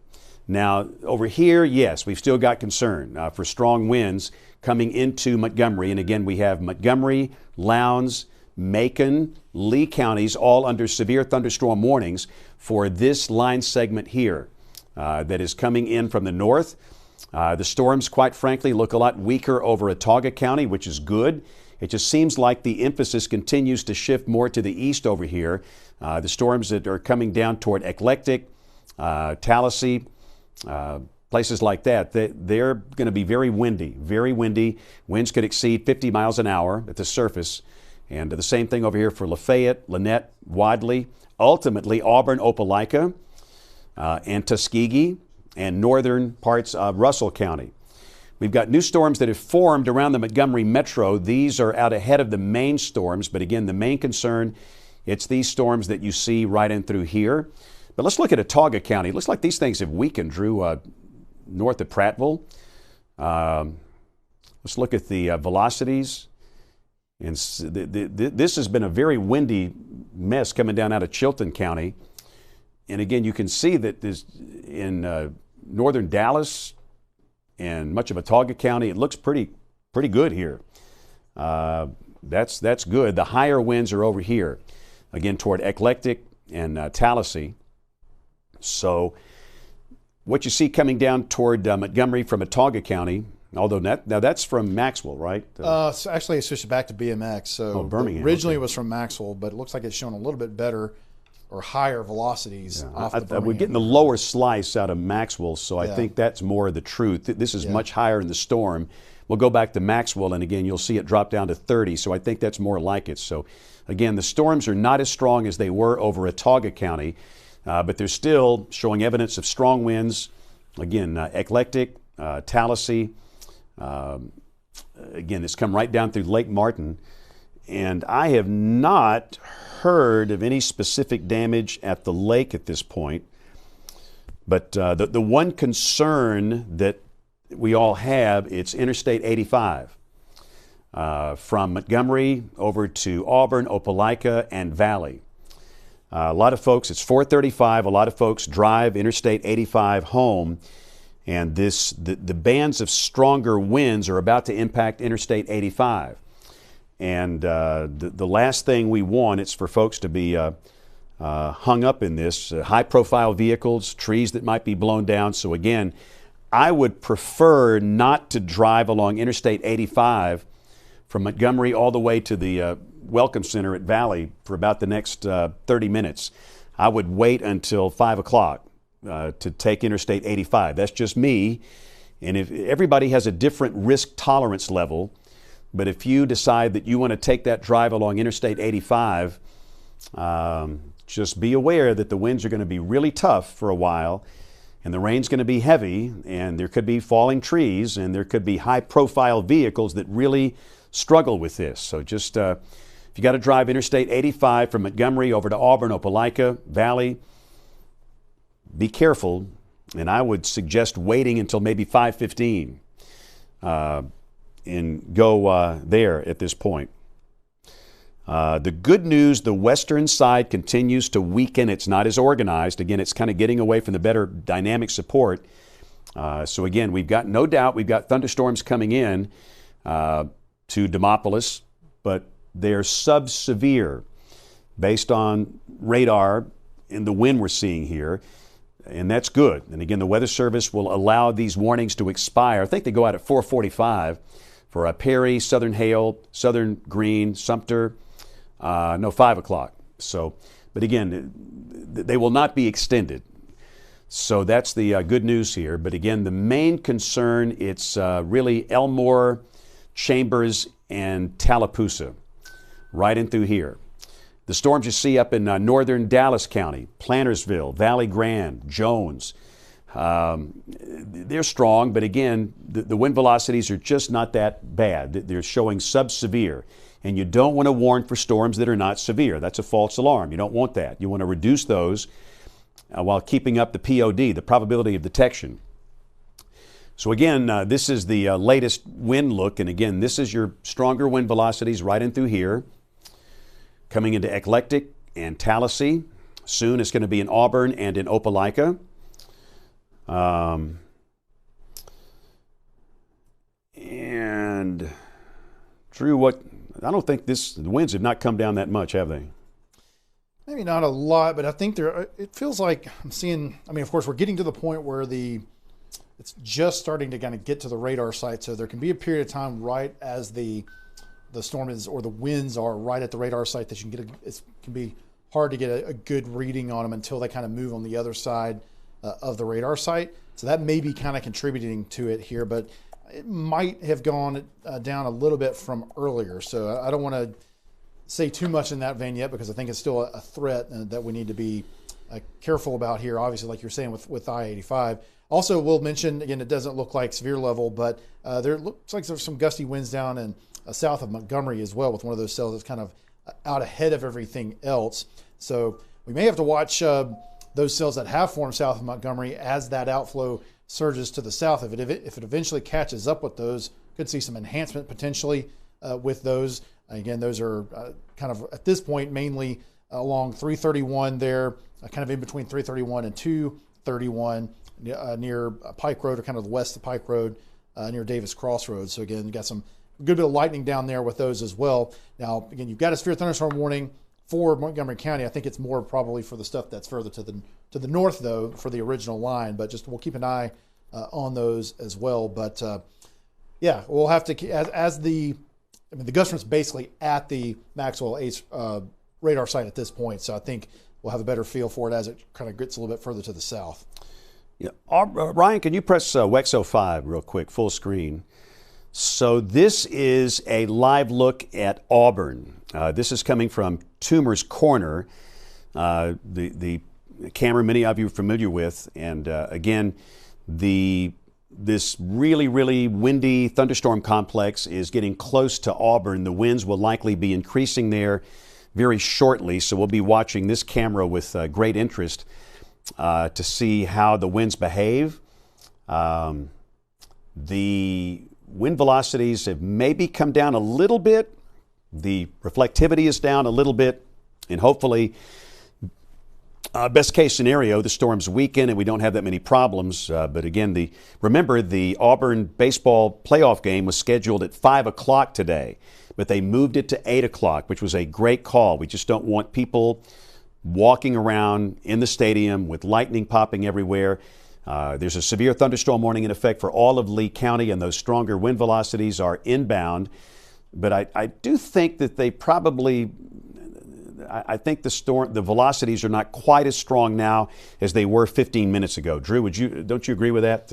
Yeah, I think so. I think in the last little while, 10 or 15 minutes, that it does appear that things have come down a little bit. Like I said, once we get the gust front or the outflow boundary out to the south of the radar site, we'll get a better sample of it, I think. This is kind of hard to get a good sample of it when it's right there along it. But I do think even before it reached the radar site, it was kind of seeing a little bit of a downward trend as it got south of Lake Martin and south of Dadeville and places like that. So hopefully we're seeing things go in the right direction. It looks like maybe the lightning also is down a little bit potentially in some of those areas. So that also can kind of show you some things as far as the overall intensity of the thunderstorm. So we'll keep our fingers crossed that maybe we're seeing a little bit of a trend in the right direction, James. Yep. All right. So again, we're watching the sky cams on the screen at East Chilton and Montgomery. Let's go back live to WEXO 5, Ryan, and let's take that full. This is going to be from Toomer's Corner in Auburn. And again, you can see that the camera is starting to shake a little bit, and I just want to watch. We'll know in the next few minutes if the thunderstorm winds have maintained their intensity coming through Auburn. Again, the reflectivity is down, the velocities are down, and it looks like they have weakened just a little bit, which is good. The gust front will be just any moment now, it looks like. Yeah, that's what I'm figuring. And again, like Drew's talked about, a lot of the wind, it's not been within the storm itself, but the gust front that's out ahead of the storm. You can see that little fine line on radar. And again, these folks might want to get inside. There's not that much lightning left with these storms, thank goodness. But again, we'll know in a few minutes what it's going to look like here in Auburn, so we'll just kind of lead this up together. It's 4:43. This is the Alabama Weather Network, and we're watching a line of severe storms moving through East Alabama. We've got one line segment coming into Auburn and Opelika, and we thought we'd just watch the Toomer's Corner camera provided by the city of Auburn. And you can see the trees are starting to rustle. And again, hopefully we'll get away with a wind gust of 20, 25, 30. We'll see. But again, it's starting to shake and bake, Drew. Yeah. Yeah. Sometimes it's, depending on what it's mounted on, sometimes it can be a little misleading how much it's shaking. But yeah, it's on one of those, traffic light poles there, so it doesn't have a lot of, stability like other structures. It's not on a building. But again, in the next couple of minutes, literally, we'll kind of know how this thing is behaving, and that will kind of let us know if the weakening trend that we're seeing on radar can be confirmed. You can't beat a visual. You cannot beat a visual. That's why we want to have these cameras everywhere. And we use them extensively today, and we're thankful for the region Skycam network. We're thankful for the City of Auburn camera here and for you that have sent us images in. And again, Emily's going to have more shortly from you in terms of storm damage with trees down and power lines down and what's happened. Your images are critical, and I say this all the time. It's our window to the world. We really wouldn't know what's going on without what you send us, and so we're thankful for that. So we're going to hold it here for just another minute on the camera at Toomer's Corner. Again, this is in Auburn at 4:44 as we have a line of storms coming in. The reflectivity has gone down and the wind velocities have come down. And I think we're starting to see confirmation of that. And it's just it's a good thing because there's a lot of folks in Auburn for this baseball game that was scheduled for 5 o'clock today. And the last thing we wanted was to have a lot of issues with wind and damage in Auburn before that game started tonight. And I think we're going to be able to get away with just minor issues here based on what we've seen so far. I'd say the winds are probably gusting to 25, 30 miles per hour, if that much, in Auburn. And again, we'll stay with it just for another 30 seconds or 60 seconds here just to kind of confirm, but it's getting close. And the good news, Drew, I've not seen any damage reports out of Lake Martin so far. Yeah, nothing yet. So definitely good because you think you've got even though it's a Monday, it's still the beginning of summer basically. So still expect you've got a decent number of people hanging around there. So I would think we would have heard something if there was, especially considering how much we've seen reports from other places. So glad to see that maybe we didn't get as much as you might have expected so far, at least. Yeah, this June 1st, Lake Martin is packed. School's out. Meteorological summer's here. It's that time. If you've been to Lake Martin on a June, July, August day, you know how packed it can be. And again, it was gorgeous this morning, just gorgeous, nothing but sunshine. But again, the Weather Service in Birmingham is kind of confirming the trend that we're seeing. The intensities are indeed weakening and going downhill. And that's a good thing. And hopefully we can get rid of all these warnings and kind of get back to a normal schedule here soon. It's been a very long, difficult day for the people in Alabama. Forget us. We got the easiest job in the world. We're in a safe, dry studio. The folks that have had trees come onto their home, trees drop on their car, that's been rough today. Yes, sir. James, going back to Lake Martin. So Mike Thomas, our sky watcher at Lake Martin, this was about 20 minutes ago, but he reported a wind gust of 37.5. So again, that's not bad. Not too bad. We can live with that. Yeah. We can live with 37 mile per hour winds. And again, based on that camera at Auburn, I think we're okay. So let's go back to the triple box. And again, if we see anything change there, we'll let you know.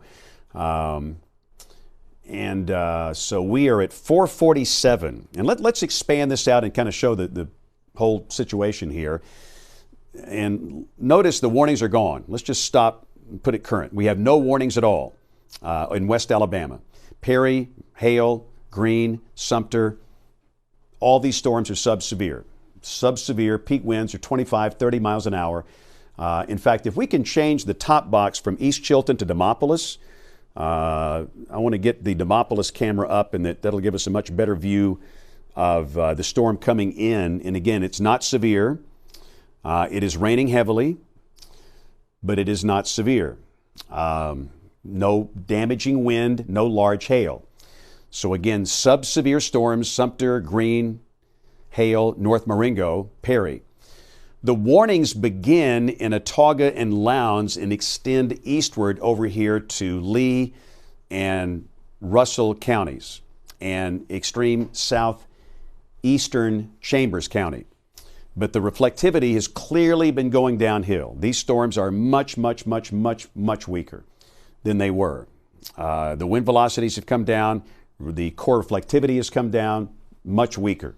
Great news for Auburn, great news for Opelika.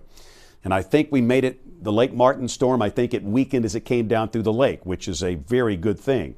Here at 449, often storms are getting stronger instead of weakening, but I think the dynamic support is waning this afternoon as they move deeper into South Alabama. And again, we've got these pretty good clusters in Elmore County, but again, the wind velocities seem to be coming down as well. And I do believe that is a flood advisory, Drew, the little polygon in green here, not a warning, but an advisory. Yeah, let me double check it. It's the severe thunderstorm warnings are outranking it. Yeah, I'm pretty sure that's a flood advisory for the city of Montgomery for the storm that formed out ahead of the main line that was over the city. And again, that's flood advisory. Right. That's just not a warning, but a flood advisory for heavier rain that's fallen there. But again, you can see that the velocities have been steadily coming down. We'll check some of the pixel queries, and again, 40, 36, and that's right at the radar. So that's basically what you're expecting at the surface. So along Interstate 85, we have winds gusting to 35, maybe 40 miles per hour, and that's all sub-severe. Remember, to be severe, you got to be at 58.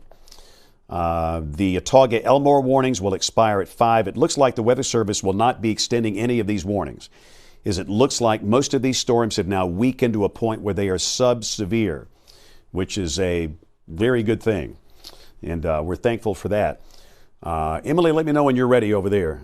Okay, she's almost ready. And again, we thank you for sending in your pictures to us in video. All right, so WEX 05. All right, so we had a few trees, pecan trees, come down on Green Pond earlier, but the flag still stood. Northern, what'd you call that tree? Pecan tree. Now, Drew, how do you say that word? I say pecan. So I'm from Butler County. We say pecan, but there's no right or wrong way. I'm not saying you're wrong. I'm just saying that you're not from Butler County. That's just a pecan. Yeah. This is another angle of those trees that came down. And nobody was injured, right? Nobody was injured, Okay. And the flagpole still stood, so that was pretty cool. This is a tree in White Plains on a power line. This is also in White Plains over, it looks like a shed in somebody's backyard, and looks like a dog was going to investigate it afterwards. So. And again, White Plains is in Calhoun County, east of Anniston. This was Henry Road, Anniston. We're just Goodness getting so gracious. many reports from there. I don't know if the status on anybody who was in the house or anything, if there was anybody at all, but I think this is just somebody driving by. This is also Henry Road in Anniston there, another tree down on the road. So Anniston really got a lot of the, another state bird in Southside. It is completely flipped over there, and another plastic seat there. So luckily the car is fine. This is a tree in Weaver down on a road. They didn't specify which road, but that's a big tree. That's Calhoun County, north of Anniston. This Wow. was in Montevallo. Shelby County. Big tree, uprooted again by its roots there. This tree fell in Goodwater on Highway 9, so they've got crews trying to work on that there. This was also in Goodwater, Highway 9. The power line is down. You can't get that truck through that thing. Neither Goodness. of the trucks can go by, Yeah. so it's blocked on both sides of the road, which is unfortunate. And then West Blockton, we've got trees on power lines as well. Looks like this car is either trying to go through it or managed to miss it. This is a very green backyard, but this was in Weaver. Trees down there. Again, that's north of Anniston, Calhoun County. This is the Auburn Plainsman Park. Stadium.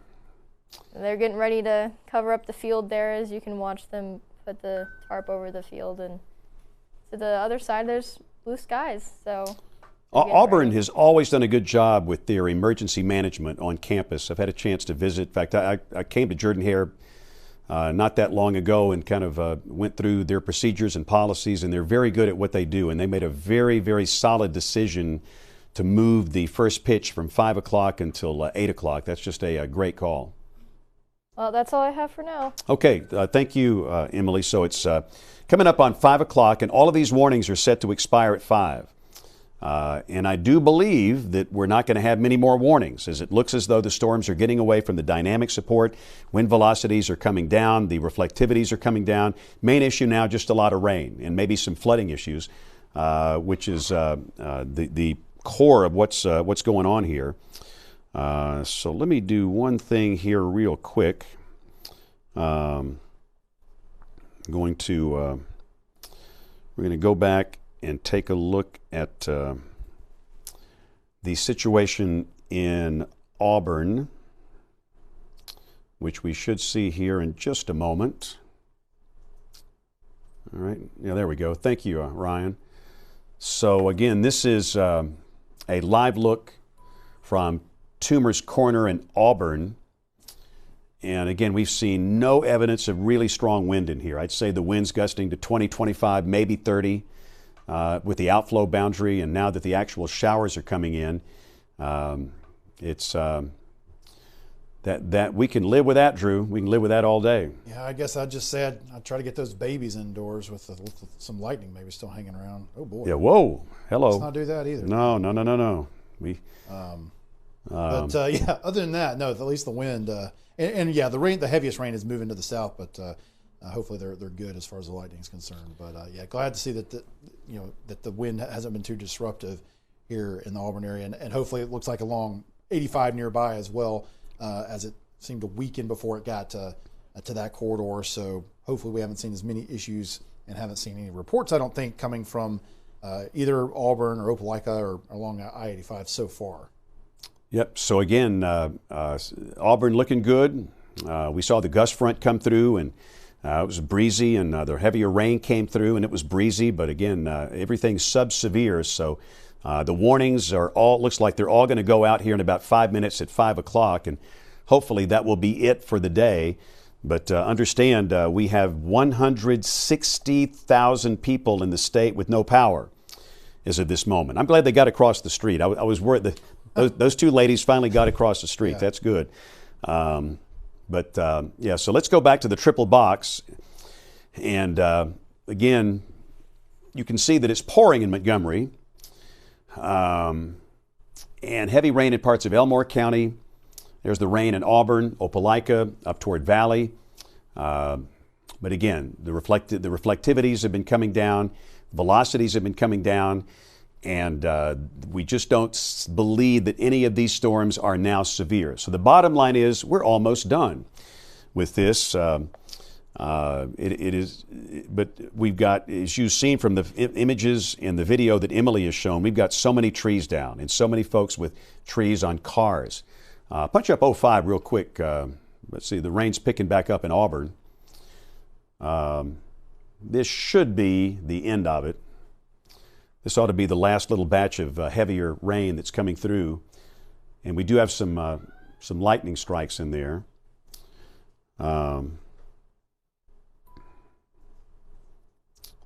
Looks like Birmingham just did issue a new warning. This is going to be for Bullock and Russell.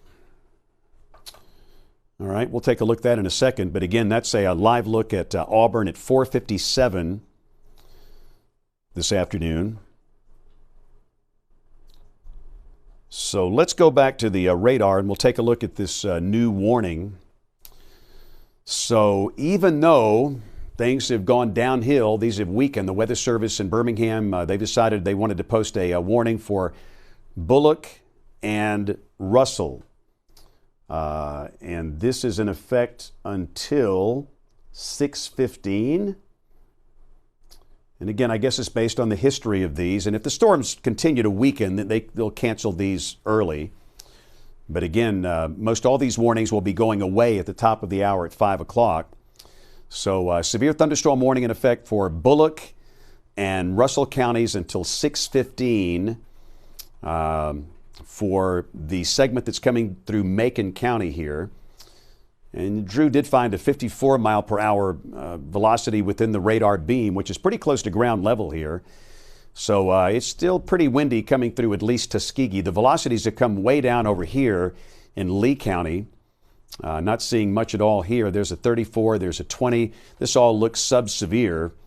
So it looks like these higher velocities will be coming down toward Bullock and Union Springs. And obviously the storms themselves don't look that impressive. It's mainly this stuff on the outflow.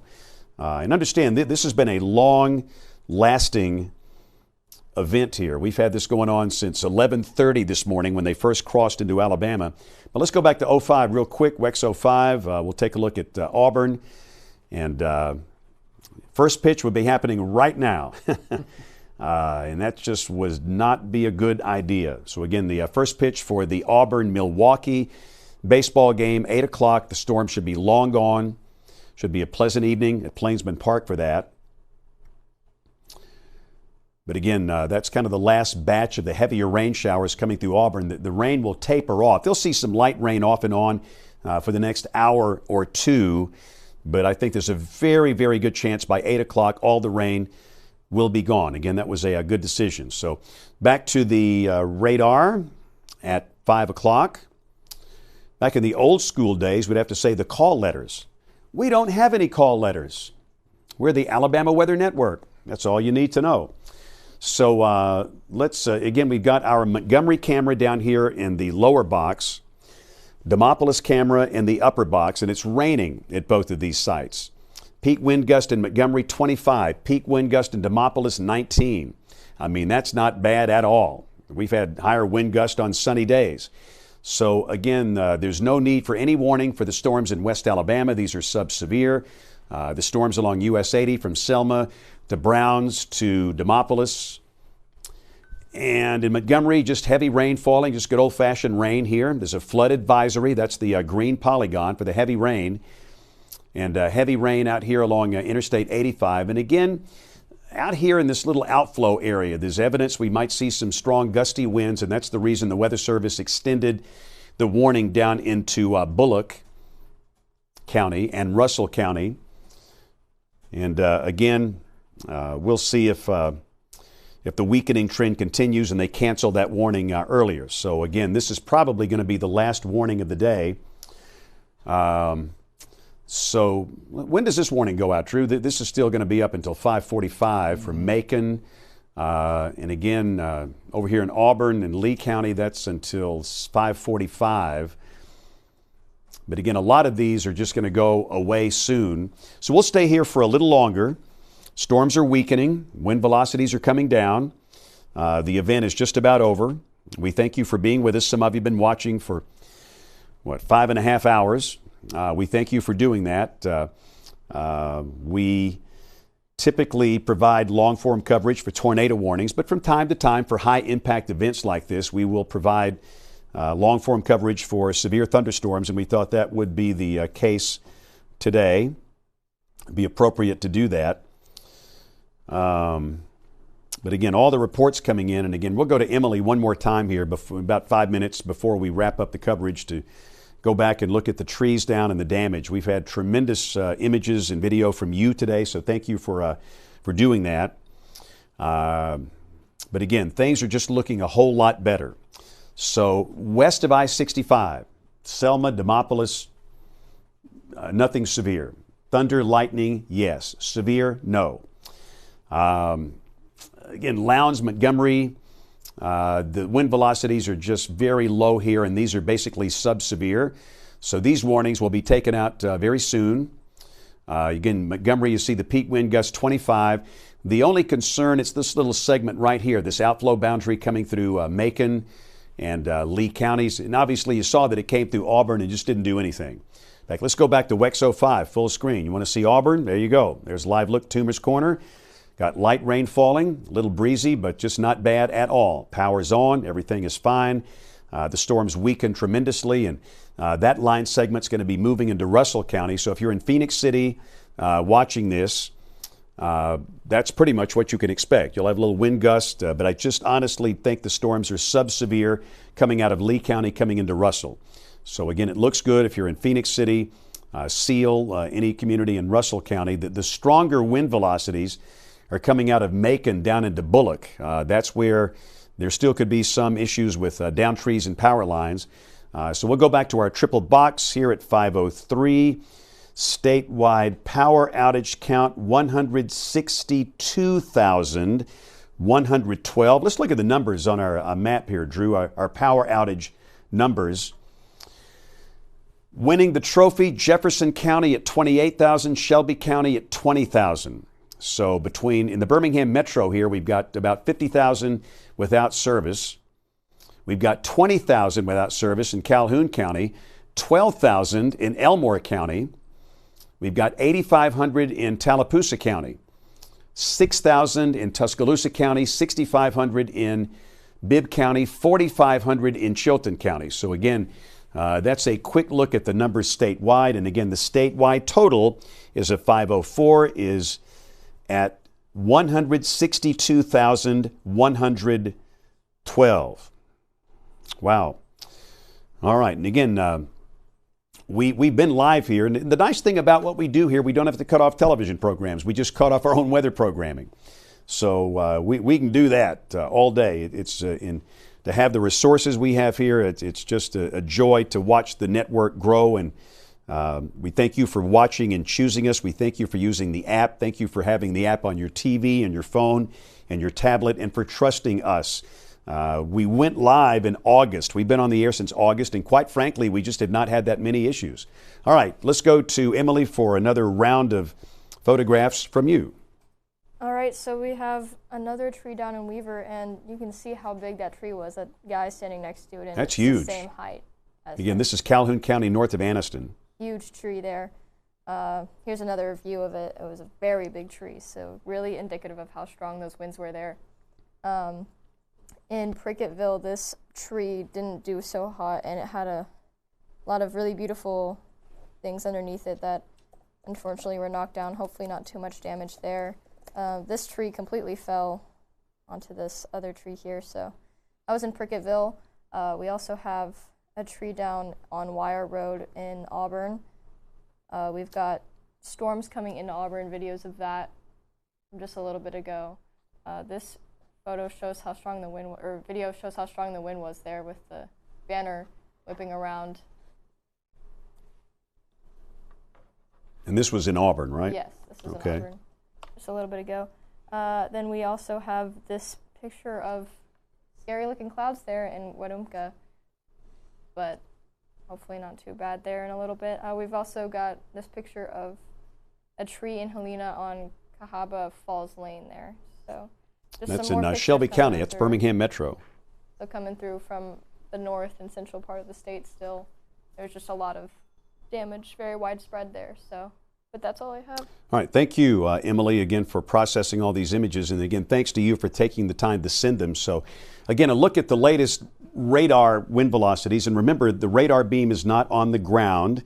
The radar beam goes straight. The Earth is curved. So these are probably 500,000 feet off the ground. Winds are peaking at 44. There's a 55. And again, this is all in southern Macon County, south of Tuskegee. And this is basically along the gust front, the outflow of this storm. And those wind velocities will be coming into Union Springs here in a matter of minutes. And that's the reason the Weather Service issued a severe thunderstorm warning in effect for Bullock County. And they also issued one for the rest of Russell County. I'm not so sure we have any issues in Russell County. The winds were just not that bad coming through Auburn. We watched it live on the Toomer's Corner cam operated by the city of Auburn, and it just wasn't that bad. And the wind velocities continue to come down here. But still, we got a severe thunderstorm warning in effect for Bullock and Russell counties in East Alabama. The warnings for Montgomery and Lowndes counties, those are going to be going out pretty soon. The storms in Montgomery, it's just pouring rain, just pouring. The main issue, it's a lot of rain in the city of Montgomery. In fact, let's take Montgomery full, Ryan, if we can, that Montgomery cam we've got. And if we can, let's point that Montgomery camera back to the south, Colby, back toward that downpour, back toward Crampton Bowl. That's overlooking the cemetery, looking to the north. We're going to point it back to the south. And yeah, there's Crampton Bowl right below. And down below, the street below, that's Madison Avenue. And again, the Skycam, it's just east of downtown Montgomery. And it's basically in the parking lot of Patterson Field and the Alabama Public Television Tower. And that's just a good old-fashioned downpour. And notice the peak wind gust, 25 miles per hour. And again, the storms in Montgomery are just not showing any sign of being severe by classic definition at this point. So again, that's a very good thing. And we're thankful for that. So we'll go back to our triple box. And Drew, what you got? Got some rain totals there. Yeah, just talking about the rain and everything here. And since we've got the flood advisory there that kind of encompasses basically Montgomery itself, we've gotten a little bit over an inch in the last couple of hours within that polygon there, kind of right there in the core part of Montgomery. Other spots have probably gotten around an inch in surrounding areas as well. So again, this is not a major flooding rain, but just the kind of rain that in a quick burst can cause a little bit of relatively transient, temporary street flooding. You still want to take it easy in those kind of situations. Hydroplaning obviously is a problem as well. You don't want to be out driving fast on the interstates and stuff with that kind of thing. So that'd be another thing we'd kind of caution against. But yeah, at least again, like we've talked about, we weren't expecting flooding to be a major issue with this because of the system moving pretty quickly from north to south and not kind of staying in one place for a long period of time. So that continues to bear out, but a few spots getting some occasional minor street flooding there, James. All right. So again, we're kind of winding this thing down. We're going to stay with it for a little while longer. But again, the storms clearly continue to weaken. And we think the event is just about done.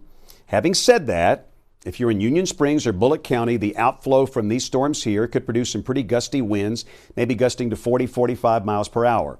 And with the soil saturated, that might bring down a few trees. So that's the reason there is a severe thunderstorm warning in effect for Bullock County. And again, we've also got one over here in Russell County. Let's look at this thing near Phoenix City just for the fun of it, Drew. Take a look at velocities here. This storm is located near Smith Station, and we'll check the wind velocities in there. And again, there's a 29, 28. That's clearly sub-severe. So again, if you're in Phoenix City, I just don't think you have any issues with wind here. The better wind velocities are over here in Bullock County, coming out of Macon County. Again, you can see there's a 51, there's a 50 south of Tuskegee, and that wind is coming into Bullock. So for Russell County, I don't think you have any problems. If you're in Bullock County, you might have some problems with strong winds, maybe enough to knock down a few scattered trees in through here. So again, if you're anywhere on Highway 29 down toward Union Springs, be aware that you've got strong winds. The stronger winds are now south of Tuskegee along that gust front, marching to the south. And again, that's the reason for the severe thunderstorm warning that is in effect for Bullock County in East Alabama. Yes, ma'am. We do have an injury report. Okay, another one? This was from a fire chief in the city of Childersburg. Childersburg. Childersburg. Right. They had an elderly woman that was struck by a small green structure, and it went airborne during the storm, and she's being treated for her injuries at a local hospital. Okay, so that's the second injury. We had the law enforcement injury, sheriff in Marshall County, and then an older lady in Childersburg that was hit by debris. So that's 2 injuries today, which is too many. But with all the images we've seen of trees coming down through homes and mobile homes and trailers, it's been a rough day today. It's been very rough. And again, we have at this point statewide 161,000 with no power. 161,000 people have no power in the state. So again, it's been a very impactful day, and that's the reason we thought we would just stay with our continuous coverage through the afternoon. We started this morning about 11:30, so we're coming up on 6 hours of live coverage, and thank you for joining us. Thank you for choosing us. Again, we'll just kind of watch this outflow right in through here. And we'll see how this stuff behaves. Again, we've still got some pretty decent wind gusts coming out of the Montgomery storm in South Montgomery County over here into northern Bullock County. And again, that's on the outflow of these storms that's been moving steadily southward through the state this afternoon. So the stronger wind gusts coming through South Montgomery County. Again, this is US 82 right here. That's 331 going to Troy, US 82 going over to Union Springs. And again, those stronger wind gusts approaching the community of Pine Level. Now, this is confusing. There's 2 pine levels around Montgomery. There's one north of Montgomery in Autauga County. There's one south of Montgomery in Montgomery County. Those stronger wind gusts affecting the southern community of Pine Level. And again, of course, if the winds continue, it'll come on down toward Troy. Troy's in Pike County, which is right here. But again, stronger wind gust on the outflow of these storms coming through parts of South Montgomery and Bullock counties in east central Alabama. No tornadoes. We do not have tornadoes today. We will not have tornadoes today. The wind profiles don't favor that. This is all straight line wind. And again, all of the damage you've seen, all the images you've seen on the channel today that is straight line wind damage, knocking down thousands of trees across the state. Straight line winds can be very serious business, like a small tornado. Today's a great example of that. But again, we're almost to the end of the road here, so close to being finished. And again, we'll stay with us for a little while longer. Again, we've had no tornado warnings today. The promise we give you is to be on the air if we have tornado warnings, always, always. Severe thunderstorm warnings, sometimes you need to, sometimes you don't. All warnings are not the same. But we thought, based on the widespread, high-impact nature of this event today, we just wanted to stay on the air with you during this entire event.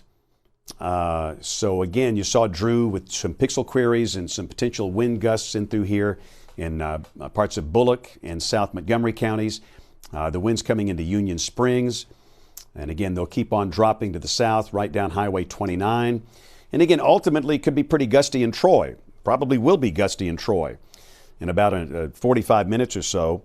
But again, we're hoping that with the dynamic support kind of pulling away, that the overall severe threat will continue to diminish.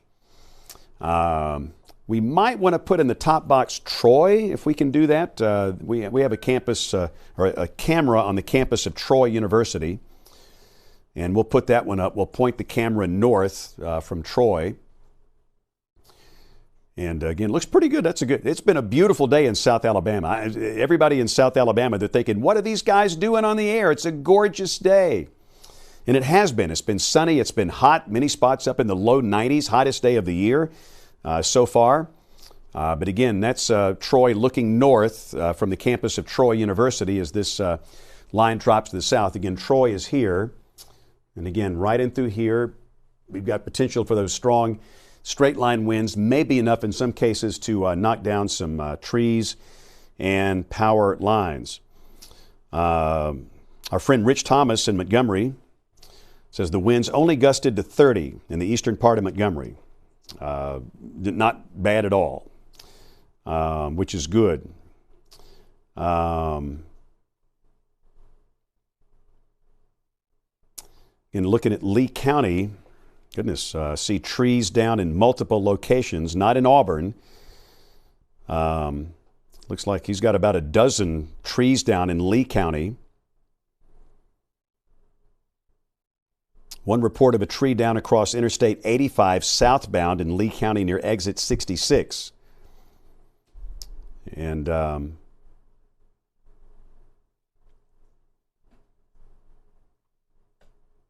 checking more of the reports, and it's just a whole bunch of trees down. But again, thankfully, we just didn't have much in the way of wind in Montgomery. So, Drew, your thoughts on the next hour?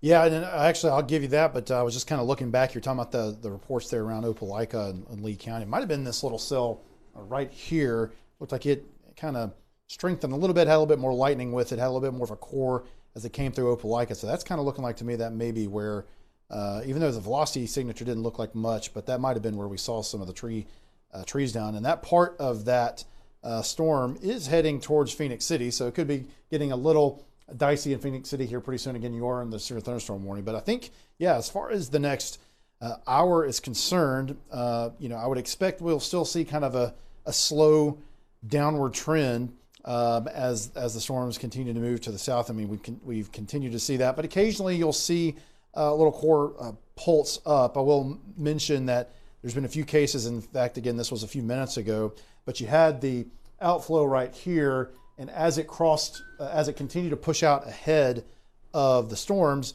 it occasionally might kick up another little cell. So you can see here that just a few scans later, you had some intensification of a couple of cells kind of out in front of the main line. So we may still see some of that too as the outflow pushes south into this unstable air mass. We could still see some little cores go up. They may not always stay up. It looks like in that case that kind of sort of got merged into the rest of the storm. However, I will say here in the last scan of the radar from Maxwell, looks like we do have a decent little core there moving towards Union Springs at this point. So again, heavy rain, maybe some small hail with that. We'll take a quick look at the velocity while we're at it. And again, this is in the area where we're still potentially getting up we're sampling 40, 50 mile per hour winds a little bit over 1,000 feet. So I still think in Union Springs, places like that along US 82, Hector, over towards Peachburg, that's an area where we still could see some more trees getting knocked down there, James. Yep. So again, that's the reason the Weather Service continued the warnings into Bullock County for the storms coming out of Macon. And again, we'll keep watching the trends here.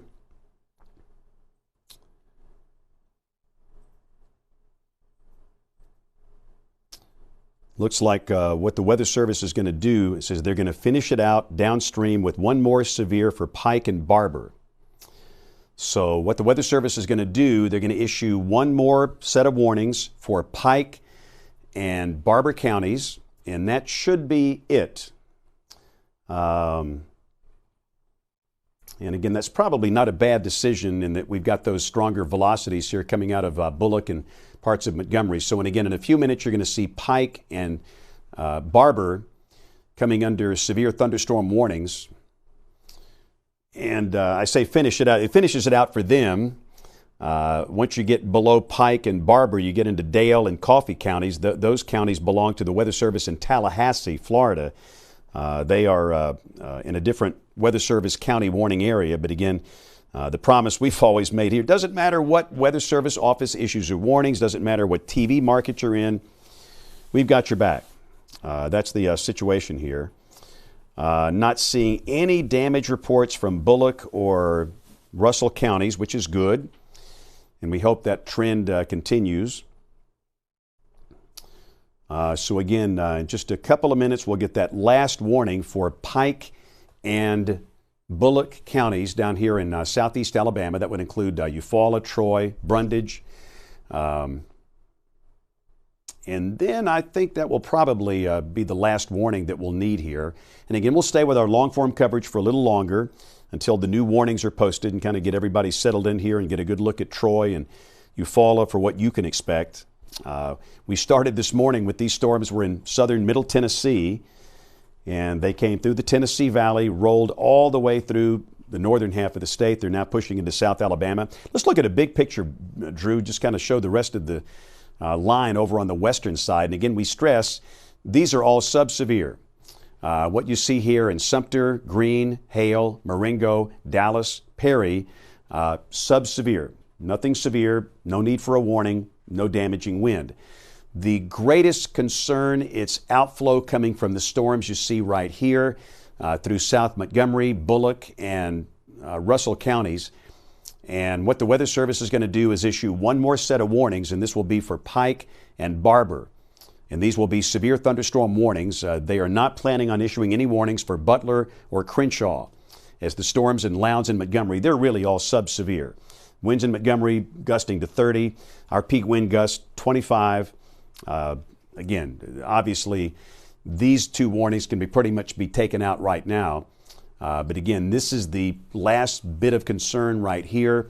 So we'll continue to watch that.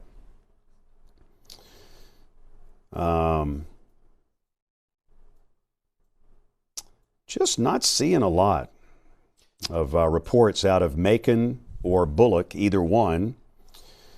And during the peak of this thing, it was pretty intense. We had there's our warning for Barber and Pike. So again, watch this one and this one, and you'll see it light up together, representing hopefully the last warning of the day. And there they go. And again, that's for the storms coming out of Bullock and Russell and Montgomery. So that is a severe thunderstorm warning in effect now for Pike and Barber counties in southeast Alabama.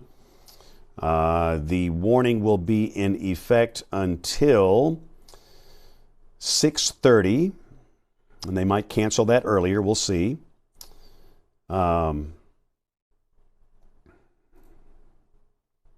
Seeing some pretty decent little damage reports coming in out of Elmore County earlier, not in the last 10 minutes, obviously. The risk of severe weather is over for Montgomery, Prattville, Wetumpka. Risk of severe storms over for Auburn, Opelika, Tuskegee. And again, we're down to just a very small part of the state with problems, and it's this southeastern part right here. Union Springs down to Troy, Clio, Eufaula, Phoenix City. And again, that will be coming down into Barber and Pike.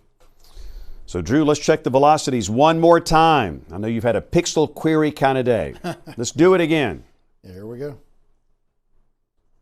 We're still seeing some over 50 mile per hour velocity signatures there, and we just got a new update here.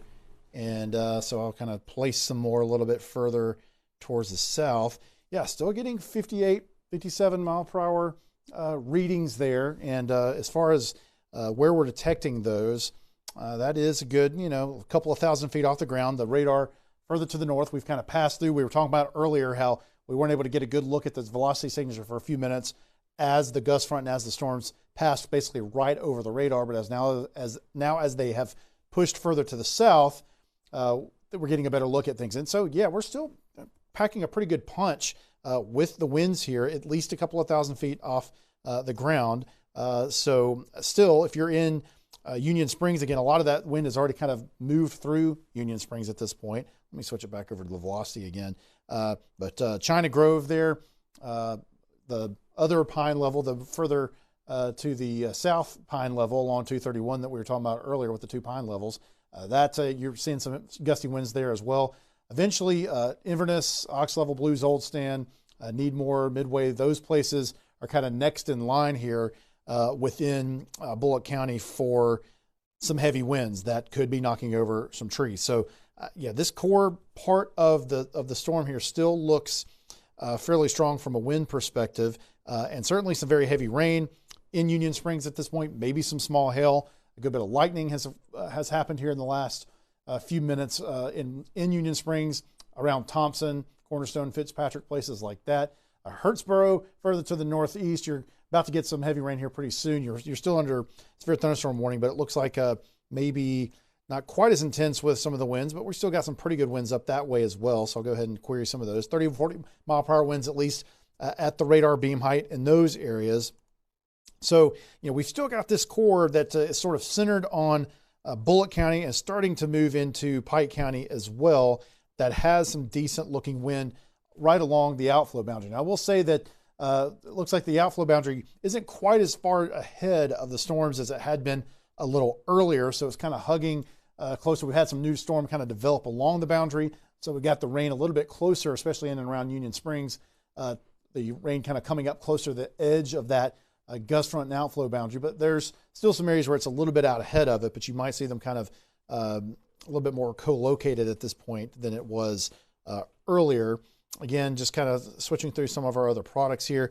The hail potential is still there with these, but we're not seeing the kind of hail signatures probably that we were seeing with some of the earlier storms further to the north. So again, we would expect to see some small hail, but I don't really see any evidence of damaging hail or anything like that. So again, really just winds are going to be the threat with this at this point. Now let's go ahead and look. I'm going to look back over further into Russell County there over near Phoenix City because we've seen a few reports on social media and just talking about that it's gusty winds moving through parts of Russell County. So we'll go ahead and flip back over to our wind product, our velocity product here, take a few queries.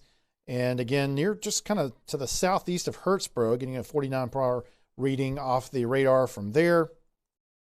Got something again, 30, 40 up towards Phoenix City, 30, 40. So still within the kind of the background situation we have here where we've got some saturated soils. We're still probably going to be seeing some trees go down with some of this, even if it isn't exactly as high as what we've seen here earlier. So seeing an update here from the National Weather Service in Birmingham. First of all, just some reports. So from Russell County Emergency Manager, seeing a tree across the road there on Uchi Hill Highway, 4027 there. And let's see, also some trees down near Camp Parkman Road. So this is all also from Russell County, some trees down near North Herring Road. So yeah, we're getting definitely some reports of some trees down in Russell County. Emily, you've got something? Yeah, I've got a few more pictures if you want to pull them up. Yeah, let's pull up, well. Ryan, let's pull up WEXO 5 here and take a look at some of the pictures. So this was in Ohatchee, again, it looks like the tree kind of went for a little swim there. I didn't make that up. Colby did. But then we've also got a shelf cloud there on Pike Road. Looks like the puppy is looking at the shelf cloud too, admiring it there. We've also got some trees down. This is on Highway 155 in Chilton County. We've got a tree down in a backyard in McCalla near the Million Dollar Lakes area. We've got this car, and this was in Lake Purdy. The driver was okay, thank goodness, but probably hydroplaning or too much rain or couldn't see. As I say, is a tree. Oh, you got hit by a tree? Oh, I didn't know that. So it got hit by a tree, but luckily the driver was okay. Yeah. This was a pretty quick video, but a semi-truck was driving and it was blown over. Where was that located? This was on the ramp for I-20 and I-59. Okay. So that would have been a little bit earlier. I was wondering if this it was was earlier. 85, since we're talking about wind No, crossing over 85 recently. this was earlier in the day. This is some flooding in Montgomery there. You can see the roads are getting a little wet there. We've got a tree down, a few more trees down there in Wellington as well. This is in Wellington there. And then just a few more. This is another big tree that fell. This is in Iron City from the root. And then this is in Millbrook, and this is across from the City Hall. It looks like a office was hit by a tree, so there's some pretty extensive damage there, but nobody was hurt, luckily, so that's what I've got for you there. Yeah, absolutely. Yeah. So that's again, that's what we've seen, and that's the big problem here, was that we've seen trees coming down into structures most often as the main way of creating some issues. Now, I did want to mention, and again, I'll toss it back to you, James, that the Weather Service mentioned that the wind threats moving into northern Pike, southern Bullock, and southern Russell counties here. So that's kind of what we're showing here with the velocity product. There's your northern Pike area there through Bullock and up through into parts of Russell County, and starting to move pretty close to Barber County as well. So that'll be the areas we'll continue to watch potentially for more trees going down there, James. Yeah, so again, it's a fairly small part of the state. There are other thunderstorms around, understand that, but in terms of the severe threat, it's here. The chance of potentially damaging straight line winds, parts of Bullock, parts of Russell, Barber, and Pike counties. It's this segment right here. The activity in Montgomery and Lowndes counties, that's not severe. This is basically it right here, and that will be coming down into Eufaula and Troy in the next 30 minutes or so. And again, we've got our Skycam on the campus of Troy University. In fact, let's take Troy full, Ryan, real quick. This is what it looks like looking north from the campus of Troy University. And if these storms continue to behave in the way that we have seen them, we could see winds gusting to 35, 40, 45, maybe 50 miles per hour. And with the saturated soil conditions, that is potentially enough to bring down trees and power lines. So that's the reason for the severe thunderstorm warning in effect for Pike County in southeast Alabama. And that warning also covers Barber County in southeast Alabama. That would include the city of Eufaula. So just wanted to show the incoming storm there. So we'll go back to the double box, and again, this is and again, if you're in Demopolis or Uniontown or York Livingston, it's pouring rain, there's thunder, there's lightning, we're fully well aware of that, but again, no evidence of any damaging wind over here, none. So just routine storms, maybe some creepy looking clouds, maybe a little bit of minor flooding, but again, large hail, no. Damaging wind, no. Yes, sir. We have an update from the brother of the police officer that had the tree fall in his car. Okay. He said that both him and the dog are okay. Okay, good. So from the deputy in Marshall County that was injured, he's okay, and the canine is okay. The dog is okay, so that's good. We've heard of one other injury today in Childersburg. An older lady was hit by debris that was being treated, but other than that, those were the two injuries we've heard today, and it sounds like the deputy in Marshall County is going to be fine, so that's good. But again, if you're in Linden, Providence, Gallion, Faunsdale, Bellamy, York, it's pouring rain here, but again, not severe. The storms in Lowndes and Montgomery counties, not severe. These warnings will be going away here soon. The focus, it's over here in Bullock and Russell counties in East Alabama. Union Springs, back over to Phoenix City. Right in through here, there could be some strong winds. And on the outflow of that activity, again, we could see a wind gust of maybe 40, 45, maybe 50 miles per hour. The storms are accelerating. They're moving along at a pretty good clip.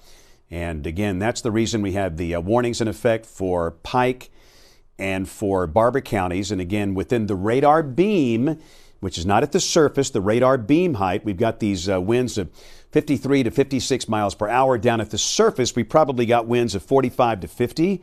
But again, with the soil conditions, that might be enough to bring down some trees and power lines. And it just sure looks like the stronger winds here might stay a little east of Troy, especially over here in Barber County. But still, Troy could certainly see some pretty decent wind gusts with that outflow coming down from the north. Again, maybe 45, maybe 50 miles per hour in spots. We'll see. So again, at 5:36, we're going to hold it here a little longer. I honestly didn't expect to stay on for 6 hours today, but hey, it happens sometimes. And that's the freedom of what we have here with the network. We can go as long as we want to without worrying about cutting off Freak of the Week or whatever on television. So again, line of storms, potentially severe, coming through parts of Russell and Bullock counties. The outflow of those storms, the outflow boundary coming down into Barber and Pike. And on the outflow, we might see enough wind to knock down a few trees and power lines. We've had that across the entire state today. Check the latest power numbers, 159,000. So it looks like the peak was about 165. I think that was the highest number that I've seen. The power outage count now is 159,000. And again, the big numbers are, of course, from the population centers. We've got Jefferson and Shelby counties, 26,000, 18,000, 20,000 in Calhoun County, 12,000 in Elmore County, 7,500 in Tallapoosa, 6,000 in Tuscaloosa County. But again, it seems as though we have peaked and the power outage count starting to go down, which is good. Restoration efforts continue. Linemen, they are absolute heroes. They are out there working to get your power back on. Many of you are watching by phone. You don't have power. It's humid. It's muggy. It doesn't feel good. We understand that. But I promise they're out there working as hard and as safely as they can to get your service back on. All right. So again, we've got the Abbeville camera in southeast Alabama, 87 with a dew point of 73.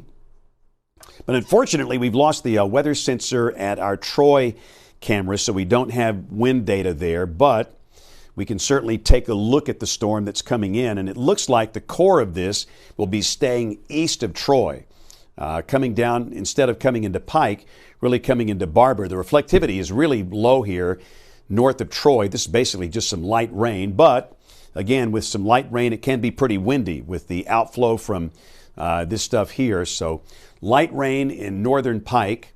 We've got the heavier storms in Bullock, then curving over into Russell counties, dropping to the south. And again, the bulk of the wind potential will be coming through Barber County, specifically places like Clio and Eufaula, Clayton, places like that. And then if it holds together, they'll wind up down here in Dale and Henry counties in southeast Alabama. But a lot of this is kind of shifting over into Georgia. Notice we've got these severe thunderstorm warnings now, including Columbus, Georgia, and points off to the east. But again, we're getting some pretty decent looks at that Troy Skycam there, and that will be coming on down the line here. So we'll stay here for a little longer. We have no tornado warnings. We don't expect any tornado warnings, which is the wind profile simply did not support that today. And let me just say this, we're out of tornado season. Alabama's tornado season begins in what month? November. And it ends in May. So the 1st of November through the end of May, that's tornado season. Typically, June, July, August, September, October, we don't have tornadoes here unless there's a tropical system involved, a hurricane or a tropical storm. You need that for the necessary shear for tornadoes to form. The tropics are dead quiet. And today is day one of the Atlantic hurricane season, and it's calm as could be. Despite what you see on TikTok and all these nitwit Uncle Joe's Hurricane Center accounts that for forecasting a major hurricane in the Gulf this week, that's nonsense. Those are engagement farms. All they care about is engagement. Truth means nothing to them. We had one account that posted 80 maps of hurricanes making landfall on the Gulf Coast last season. 80. How many made landfall? 0. So please think before you share and try and find a good, credible source of information instead of some of the nonsense that's out there on socials. Drew, I saw a half-naked guy pointing to a hurricane map showing a hurricane landfall coming up on Mobile Bay last week for this week. The guy was dancing, he was half naked, and he was cussing, and it had like 500,000 views. You tell me you don't trust that guy? I'm saying I really don't trust that guy. We call him a jabroni. All right, so again, we've got these stronger wind gusts that are coming down. And again, the stronger velocities are out here to the east of Troy. Again, there's nothing more than light rain here. This is just light rain. It's windy, but it's just light rain. The thunderstorms are over here to the east, coming through parts of Russell and Bullock counties. And again, the thunderstorms are going to be coming through Barber County. Pike County is just going to see some light rain, and it's going to be windy. I don't think we have a wind gust of 58. That would verify the warning. But the better chance of any winds like that would be over here in Barber County. So again, we'll keep watching things for just a little bit here. But the good news for Interstate 85 in points north, you're done with severe storms. Montgomery, you're done. No risk of severe storms. Selma, Demopolis, you're done with severe storms. Any threat of severe storms. There's still a low-end threat in counties like Wilcox and Clark and Monroe and Butler. But again, at this point, we think any better chance of severe storms over southeast Alabama. So let me come over here and do one thing real quick. I knew that I had to do one thing really quick. All right, because we could not be on the air without this guy. So 541, scattered storms over South Alabama. I noticed one morning in the Florida Panhandle. Let's look at that one real quick, Drew. This is a thunderstorm that is down here where a lot of people are down here. I mean, a lot of people are down here. This is a thunderstorm not too far from Sandestin. That's Choctawhatchee Bay right there. And looks like the Weather Service in Tallahassee has put up a severe thunderstorm warning in effect here for this storm. That's 331 and 98 right here. Sandestin is right over here. But again, I just wanted to point that out. That's for South Walton County until 6:15. But let's go back up. We're not the Florida Weather Network. We are the Alabama Weather Network. And I will say, if we ever have a major hurricane coming up on the Florida Panhandle, we'll cover it like it's Alabama because so many of you have great interests in that, and it ultimately will affect Alabama. So if we do have a major hurricane on the Florida Panhandle making landfall at Destin, Pensacola, Fort Walton Beach, Panama City, Mexico Beach, Cape San Blas, we'll cover that long form. And we hope that's not the case. This is an El Nino hurricane season, which means it should be, we have a lower hurricane count, but all it takes is one. We know that. But again, thunderstorms in progress, mainly in Bullock and Russell counties, moving down toward Barber County. And we'll keep it here until about 6 o'clock or so, about the next 17 minutes, and just kind of ride this out. We're getting to the phase now where things have calmed down tremendously. Storms are not as strong. We had a very hectic day with thousands of trees blown down. At one point, 162,000 people had no power. In fact, even as we speak, we still have 159,000 people with no power. But again, the storms have been slowly weakening, and the warnings are becoming more of the standard severe thunderstorm warnings, not the immediate threat to life that we've had throughout much of the day today. So again, we'll plan on staying here live until about 6, and again, we'll stay longer if we need to. James, I was going to mention just Yes, sir. as far as anecdote, as far as the widespread tree issues. Not that this necessarily tells you anything for sure, but we mentioned earlier Chris Mann had a tree down in his neighborhood. He was going to go check that out. Then we've seen that Krista Pitchford got back to her house and found a snapped tree there as well. So both of our chasers that were out in the field today have had trees down where at their houses. So I mean, it's been all over the place. But to your point, we're not seeing. We've had this extreme volume of reports coming in there for a period of time. Certainly not seeing that anymore with these storms, even though we're still seeing some pretty good velocity values, probably still knocking down some trees. We've seen some more recent reports in Russell County of a few trees being down, but definitely there's been a significant downward trend in those reports coming in. So that's good, and hopefully we'll continue to go in that direction. Right, and again, the Weather Service is saying the storms are clearly not as intense as they were. They're weakening, but they're still maybe strong enough to knock down a few trees. Nothing like what we saw earlier today. And again, just to make it formal, we've talked about this for 30 minutes. The storms in Montgomery and Lowndes County, they're not severe. Those warnings are gone. And the warnings for Bullock and Russell, these will be expiring at 6:15, and we'll be down to just 2 counties under warnings down here, and that's Pike and that's Barber. So if you live in Eufaula, understand you're going to have a gusty line of storms to come through in about 15 minutes. There could be enough wind to knock down a couple of trees. Remember, with the saturated soil conditions, trees come down a little easier in this type situation. You might have a down tree with 45 mile per hour winds, where normally it might take 70 mile per hour winds to bring a tree down.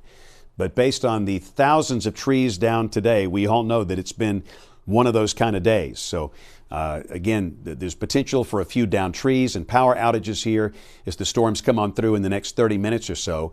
And again, if you're in Troy, there's nothing more than light rain here, and it's breezy and gusty. But let's punch up Troy full, Ryan, real quick. Let's see if the camera's shaking and baking, and no, it's not. It's not even moving an inch. And looking down at the trees, we can just not see. It's breezy, obviously, but let's zoom down to those trees. Colby, we got a camera operator here. Yeah, there you go. And again, you can see it's breezy, but that's we can handle that. It looks like wind's probably 15, 20 miles an hour. And again, that's that gust front coming into Troy, and nothing more than light rain. There's no thunderstorms involved here. We're seeing some higher gusts in the radar beam that's way off the ground, not down at the surface, but those gusts are just seemingly not getting down to the surface.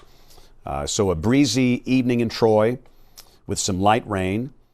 But again, all the winds seem to be well under 40 at this point. The higher wind velocities are over in adjoining parts of Bullock County, where we could see some pretty strong winds coming down through Barber. Again, if you're in Clayton, Clio, Eufaula, the storms coming through Barber, those could pack a pretty good punch. So again, we'll go back to our triple box. Love the crepuscular rays down here at Abbeville. That's outstanding. Wow, what a glorious evening in Henry County. And of course, if the storms hold together, they'll wind up in Henry County next after exiting Barber. This is Henry County right here. Abbeville is here. And again, the Abbeville camera looks like it's mainly pointed back off to the west, but again, that's a gorgeous shot. So we've got just kind of gusty winds coming through Troy, and again, you can see the trees that are swaying, but not really excessive at this point. Higher wind velocities in southern Bullock. That's about to cross over into Barber County. So again, there certainly could be a few trees down. So just be aware of that if you're in Barber County. But again, we'll phase down the coverage here in about 11 minutes at 6 o'clock. Not because you're not important, just because everything's calming down. This is the lowest amount of reports we've seen. The storms are weaker. And again, we feel confident that everything will be calming down pretty soon. But again, still, severe thunderstorm warning for parts of Pike and Barber counties. And what was that? Loud beeping back Severe there. thunderstorm warning out of Mobile. It looks like for Clark and Monroe. Yeah. Goodness gracious, what is that? Well, let's go take a look. Clark and Monroe counties in southwest Alabama. Okay, there could be some hail here. Yeah, it looks like it may be mainly a hail warning. Right, there could be maybe 1-inch diameter hail here. To get your bearings straight, this is the Alabama River right here. Again, this is basically on the river, about to cross from Clark over into Monroe counties. And this does not include Monroeville.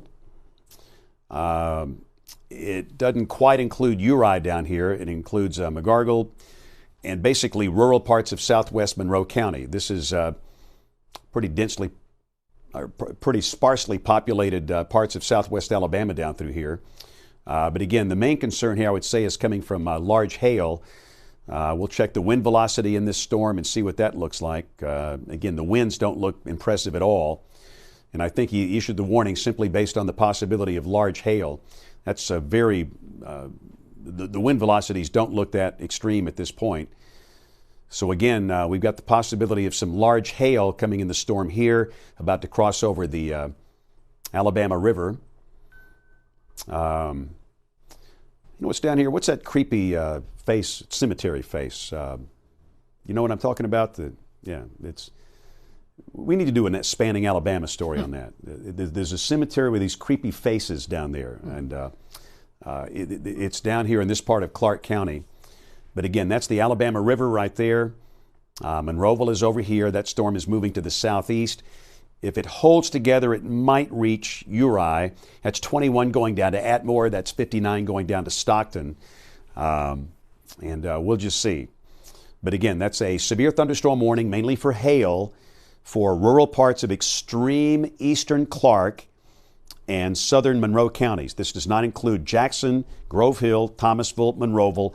None of the major cities are involved in this, and that's mainly for the possibility of hail over there in southwest Alabama. So let's pop back over to our storms that are in Russell and Bullock counties that are moving to the southeast.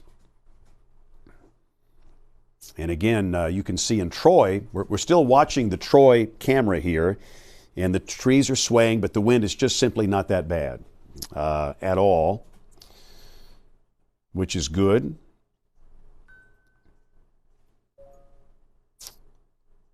And again, for those of you in Barber County, that seems to be the greatest concern. It's stronger winds coming out of Bullock into Barber County. And again, you can see, I'm trying to see what this... Yeah, it looks like Tallahassee issued for most of southeast Alabama, it looks like. Goodness gracious. Well, all right, well... There it is, yeah. Okay. So what the Weather Service in Tallahassee has done, they have extended the warnings to the south and east. We now have severe thunderstorm warnings in effect for Coffee, Dale, Henry, northern Geneva, northern Houston. And that warning will be in effect until 6:45 Central Time. And again, what's happening, the Weather Service jurisdictions change. Birmingham handles Pike and Barber. Tallahassee handles Henry, Dale, Coffee, Geneva, and Houston. And it's kind of an odd arrangement, but it is what it is. And so, again, in Pike County, we're just not seeing any big issues here. And I honestly think if you're in Coffee County, if you're in Enterprise, Elba, I just don't know if you're going to have any major problems here, because we're watching the winds on that Troy camera, and they have just not been that bad at all. It sure looks like the greater chance of stronger winds will be Dale and Henry and Barber. Just not so sure Pike and Coffee will see much at all from this in terms of rain and damaging wind. Breezy, yes. Little rain, yes. But again, the greater concern will be Henry, Dale, and Barber over here on the eastern side of the state. or southeast Alabama. And again, they should begin to weaken soon, in theory. We're coming up on 554, a lower sun angle, the better dynamic support north of here. And in theory, we should begin to see a pretty decent weakening trend. But again, we'll hold it here for just a little longer if you're watching us in Ozark, Dothan, Abbeville, Headland, Elba Enterprise, Daleville. There's great interest. You know, we had the tornado that came through parts of Houston and Henry counties last week. What night was that, Drew? That was I think it was a week ago today. Yeah. So it was last Monday night. Came through Webb, east of Dothan, and it came up east of Headland before dissipating. Hit WDHN television studios in Webb and produced some extensive damage to a home. It was rated, I believe, EF1 by the Weather Service in Tallahassee. To my knowledge, nobody was injured. Never heard of any injuries from that. But again, folks are probably still a bit nervous after that EF1 a week ago. And again, there's no tornado risk here. No tornado risk. This is all wind. And again, I honestly don't think you're going to see much hail from this. The main issue, it's just wind. Just for the fun of it, let's go to Fort Rucker. Let's flip the radar and look at it from the south and see what that looks like. And let's look at the wind velocities coming out of these storms here. So let's do some pixel queries. There's a 66, there's 57. Still pretty windy. So again, you can see that we've got a gusty line of storms and really the higher winds are on the outflow boundary coming through Barber County. And again, Pike County, it's certainly breezy up in the northeastern part of the county, east of Troy, east of Brundage. But the main wind is east of Highway 231 over here into our Barber counties. But you know, Drew, I've not heard of one tree down in the last 10 minutes. Have you No, I have not seen any recent reports. I think the last ones that I was still seeing was I think in Russell County. Of course, the cells are starting to move out of the southern part of Russell County now, but certainly you would think we might have heard something out of Union Springs potentially, and I don't think we've seen really anything from Bullock County that I recall to this point. So certainly nothing like what we saw earlier, and so that's a good sign. But yeah, we're still seeing a decent velocity being detected at beam height, and off the Fort Rucker radar, we're looking at about 2,000 feet. Now, one thing I did want to mention, I forgot to mention it earlier, we were looking at, I don't know if it was Troy, or we were looking at one of the cameras, and we were comparing what we were seeing as far as, we were just looking at the camera. We didn't have the actual sensor, but we were just watching the trees a little bit, and the radar beam was showing 40-something miles per hour around Troy, but then you could look and just see in the trees that it wasn't that high. So I do wonder if we're getting to a point now where maybe we're not getting as much of the higher winds getting ducted down to the surface, maybe as much as we were earlier. Hopefully that's the case, since we're still seeing some pretty good velocity signatures at a couple of thousand feet. But maybe that's part of the reason that we could explain why we're not seeing as much in the way of the surface damage reports coming in as much right now, at least. Yeah, we've seen no reports at all from Bullock County in terms of damage. No report, maybe one or two trees down in Russell County, and that's really it. So that's certainly encouraging. And again, Troy, it's barely raining. And again, you can see the live view coming from Troy and from Abbeville. And again, from Abbeville, we're looking up into the storms. And again, you can see the shelf cloud there. Really gorgeous, gorgeous sky this evening in the southern sky. And again, within this segment right here, there's potential for strong wind gusts, little outflow boundary right here. That's basically coming into Eufaula down to Clio. And again, with no reports of any damage, no reports of any problems coming through Bullock County, and hardly any problems in Russell County, we hope that we get away with no problems at all here in southeast Alabama. And again, technically, we have warnings in effect for Pike and Coffee. I really think the gustier winds will be east of those counties, Dale, Henry, and Barber. This is where we'll probably see some pretty decent wind gust in here in the next 15, 20 minutes. But again, there's no chance, we don't expect a tornado. Never say never in the weather business, but the profiles don't favor tornadoes.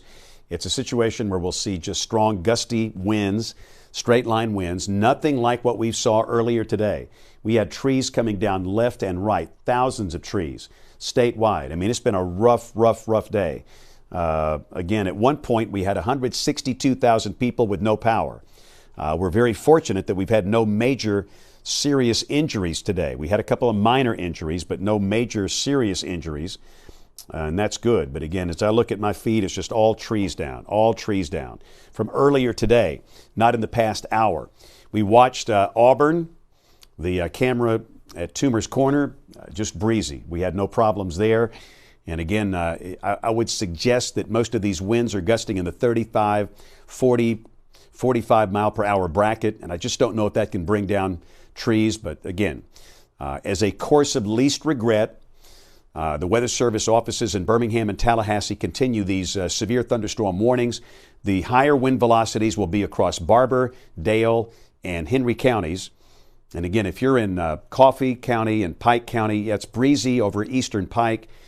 Coffee, it'll be a little breezy, but I just don't know. But again, we're still seeing those, there's a minus an inbound 70. And it would just seem like we'd be getting a lot of reports, and we're getting close to the radar. This is getting close to surface level here. So again, that might have been a little artifact. Sometimes you get a pixel or two that are maybe erroneous there. So it's still maybe 50, 60 miles per hour. We're about 1,000 feet.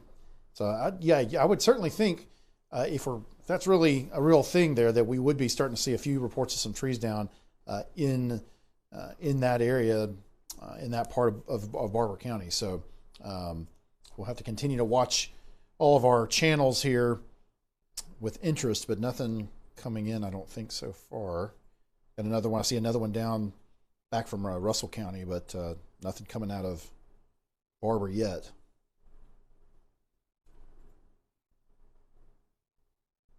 All right, so we are at 6:01 on Monday evening. And again, we're in the process of sorting through many reports, and we just don't see a lot out of Barber County, which is good. We don't see a lot out of Bullock County, which is good. Had a couple of trees down in Russell County. But again, despite the higher velocities we're seeing with this outflow boundary here, so far we just have not had reports. And now Eufaula obviously is a good population center, so if there's anything happening there, we will know pretty soon. And again, I know that Emily is still here monitoring the incoming traffic. And we'll go back to you in just a minute because I'm seeing a few things that are coming in. In fact, it's just almost nonstop. And again, we thank everybody for sending in your reports. Let's see here.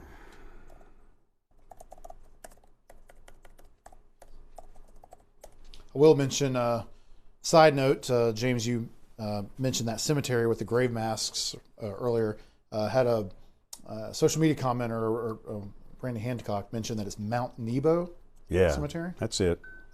It's in rural Clark County. In fact, let's look at that storm over there. Again, we technically have a severe thunderstorm warning in effect for parts of extreme southwest Monroe County, and it looks like it's fizzled out. We had a couple of volume scans with evidence of maybe some large hail. Right, you saw that right there, and it's just flattened out. That looks sub-severe. No indication of hail at this point. And again, this thing, if it holds together, that will be ultimately affecting Highway 21, URI down here. But again, that just looks sub-severe at this point. So I don't think we have a problem. Got some heavy rain falling on the Alabama River. Yeah, that creepy cemetery, it's actually over here at Carlton, I think. That's, what was it called? Mount Nebo? Mount Nebo. Yeah. It's over here. It's on the west side of the Alabama River in Clark County. But yeah, we're going to do a story on that one day. It's an interesting place. But again, that just looks sub-severe at this point. Not too concerned about that one. So let's go back to the thunderstorms over the southeastern part of the state. We'll go over to the Fort Rucker radar. And by the way, I was at Director Ryan and I were at Fort Rucker last Tuesday. Spent some time with our friends at the Weather Operations Center, and we're going to do a story on them. Had a really good time. Fascinating to see what they do. It's hard. Aviation weather, it's hard. Predicting the future is always hard, but especially when it comes to aviation weather. So we enjoyed the visit there. But again, you can see nothing more than just a few little patches of light rain around Troy. And again, it's breezy. It's very breezy over here. If you're anywhere in Pike County, east of U.S. Highway 231. If you're in Brundage, it's breezy. Not raining much, but it's windy. And again, the higher wind velocities are most likely right around here, that little outflow boundary right here. That would represent the stronger wind velocities from Ayrton and Dale County back up to near Eufaula. But again, the good news, I've just not seen any additional damage reports. Had a couple of trees down in Russell County earlier, up here.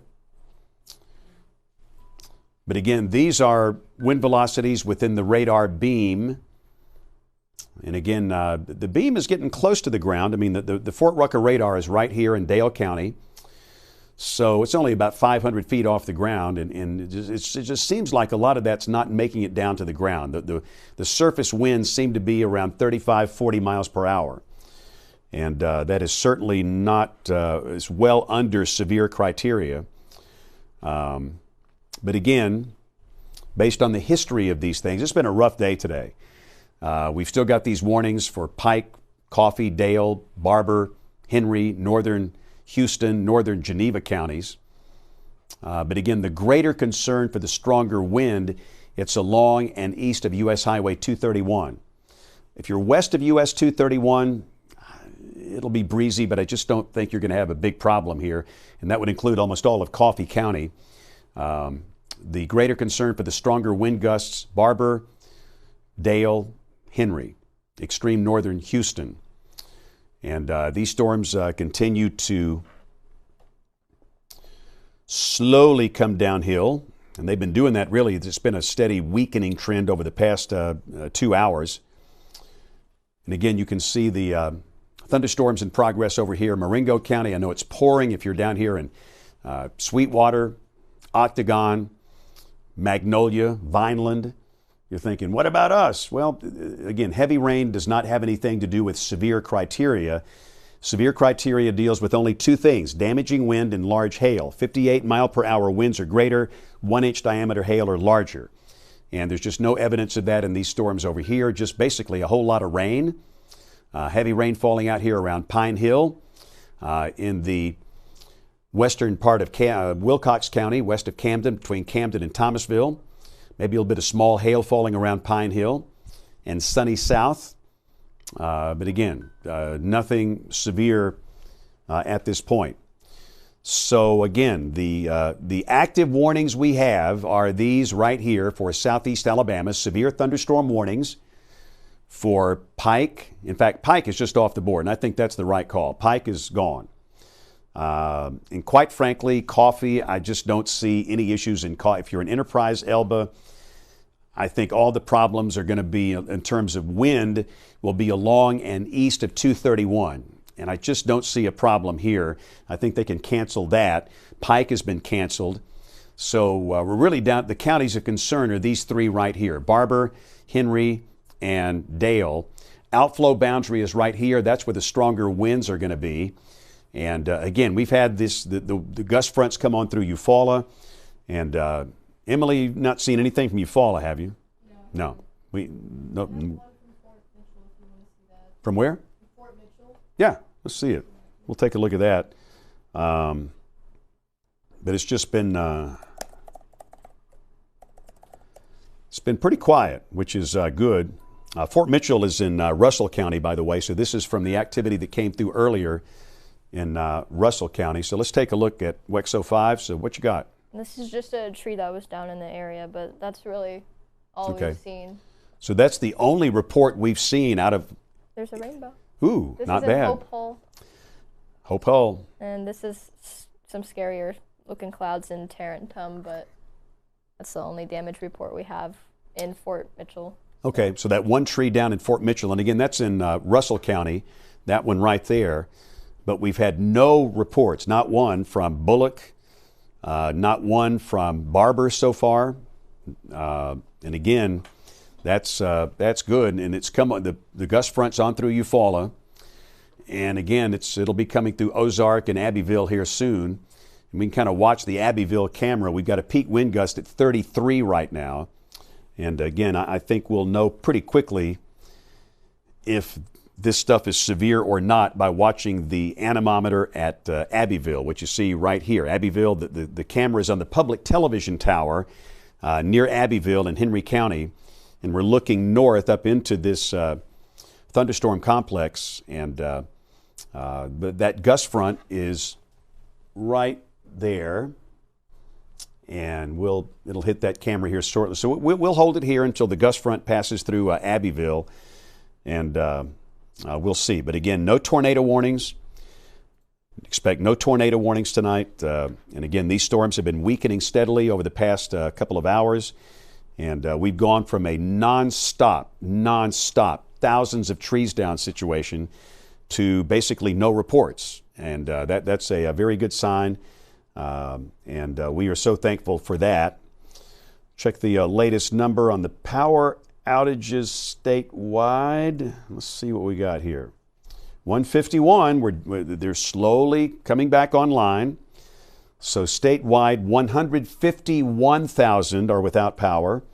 That's down from 165 at the peak. It was about 165.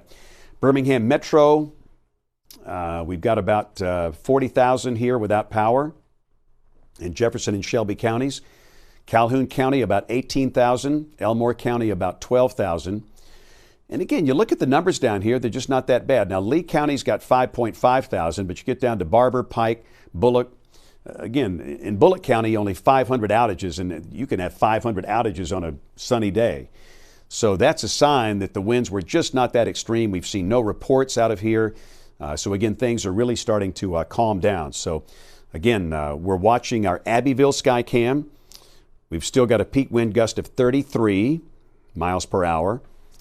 Outflow boundary right there. And again, that outflow boundary is going to hit the Skycam in Abbeville in just a matter of minutes, and we'll stay with that.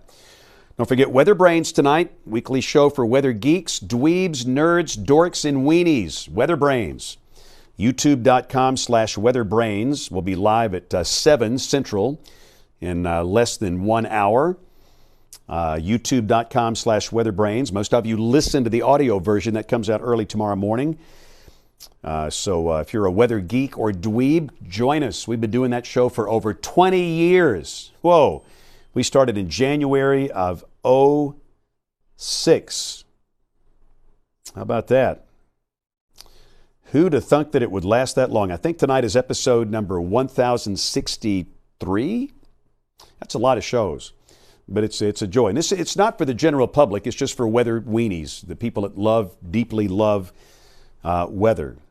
And what's cool, one of our regular panelists is now the administrator of NOAA, Dr. Neil Jacobs.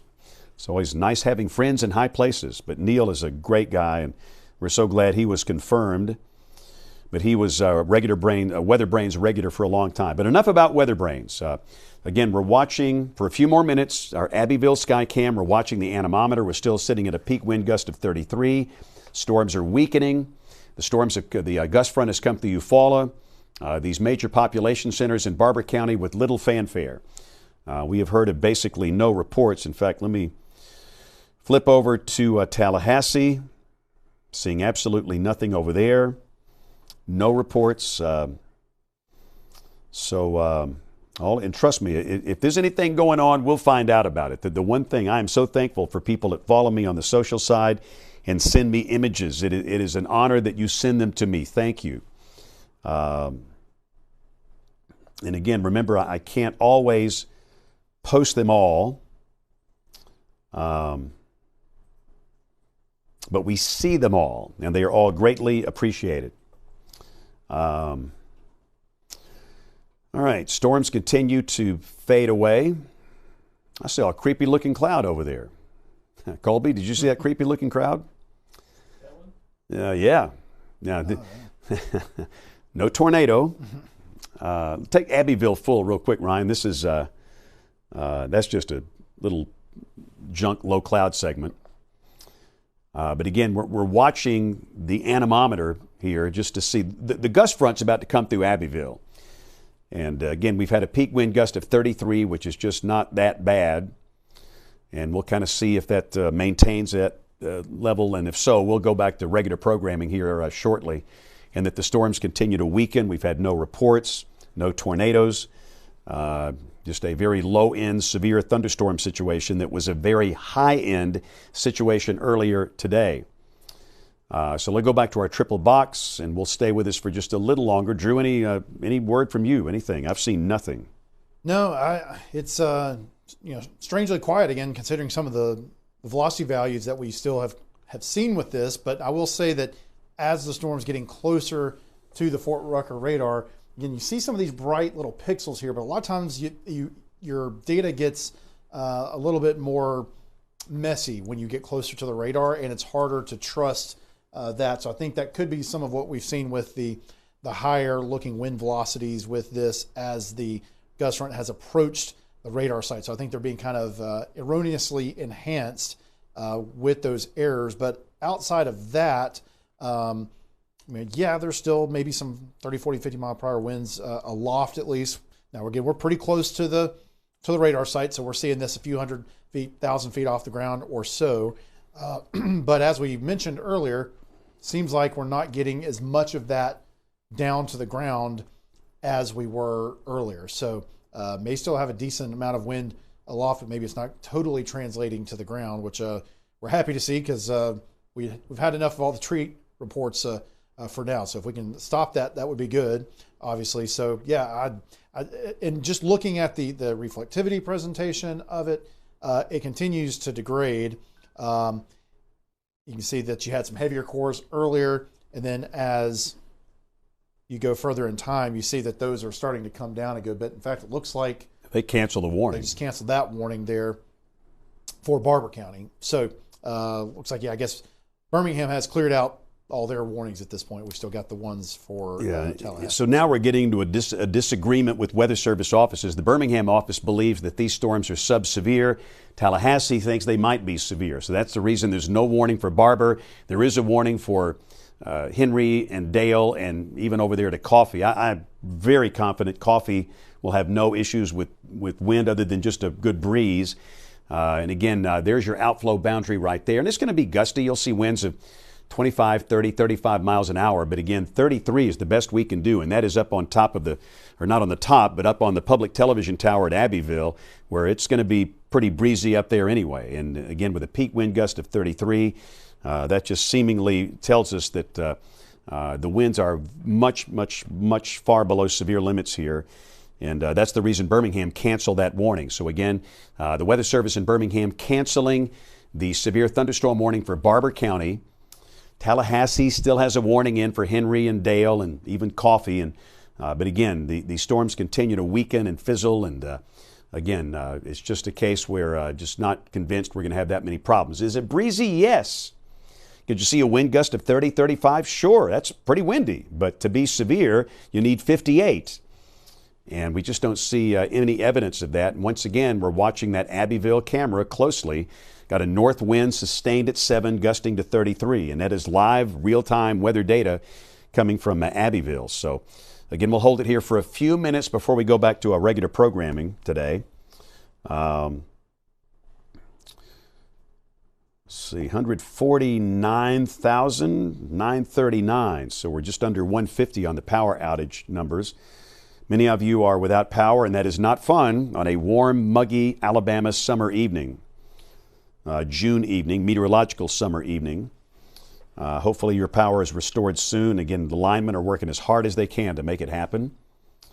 Got some flooding down here along 30A. How about that? From Destin back over toward Santa Rosa Beach, Rosemary Beach. These are flood advisories in effect down here for this heavy rain that's been falling on the coast. Alabama's Gulf Coast looking good today. Orange Beach, Gulf Shores, Fort Morgan, all as well. Looks good. Dauphin Island looking good. So again, Abbeville still holding at 33. So at about 6:25, if we don't have anything beyond 33, we're going to go back to regular programming as the storms are weakening. Barber County warning has been canceled. Technically, you've got a few warnings down here for Henry, Dale, Coffee. But again, Coffee will barely see any rain at all from this. The heavier storms are in Barber, and the outflow boundary has come down into Dale and Henry, and we've seen no reports of any damage in Barber, not one single report. That would include Eufaula. And again, we'll just kind of watch this thing together. But again, thanks to everybody. Emily and Colby, thank you guys for working today. Our interns were heroes. Director Ryan, thanks for coming in. And Drew, as always, thank you for being here. Drew is here. You were here. What was weird, we did on the Dothan tornado. That whole thing was odd. It was Memorial Day, as I recall. Yeah, right. Yep. And but Drew was on the air for the duration of that, so we thank Drew for his service for covering the Houston, Henry County tornado last week. And again, that's our promise. If there's a tornado warning, we're here. Many severe thunderstorm warnings are very run-of-the-mill. Not all severe thunderstorm warnings are the same. And again, we think these are just very, very, very, very low end. Rain falling at Abbeville, the sky cam there, and again, the peak wind gust is holding at 33, northwest wind sustained at 20. And again, that little gust front is coming through the camera site here. And if 33 is the best we can do, that's good. The reflectivities are going downhill, velocities coming downhill. So again, so far so good. And again, you're still within the radar beam. You got some higher velocities, but it seems like none of these are reaching down to the surface. Because if we were to have 50 mile per hour winds, we'd have trees down all over the county, and we've just not had anything like that. So we are thankful for our sky watchers. We have a team of thousands of volunteer weather observers across the state that help us. And if you want to help us, get our app and just click on the Sky Watcher button, and you'll see the link where you can sign up to be a Sky Watcher. And it gives us great comfort going to the Sky Watcher chat, knowing these are weather dweebs, nerds. They care about the product. They're not trying to prank us. It's not the open socials. It's on, we use Slack, and it's a marvelous program. So again, to all the Sky Watchers today for their reports, thank you so very, very much. So at this point, with not much wind, no issues, we're going to wind down this segment. We've been on the air since 11:30. Been a long run here, but a good run. Now, if anything should happen different, we'll come right back on the air. But again, it just looks like the whole thing is winding down. A little breezy, a little rain, and that's about it. So at this time, we're going to go back to regular programming. Thank you for watching the Alabama Weather Network.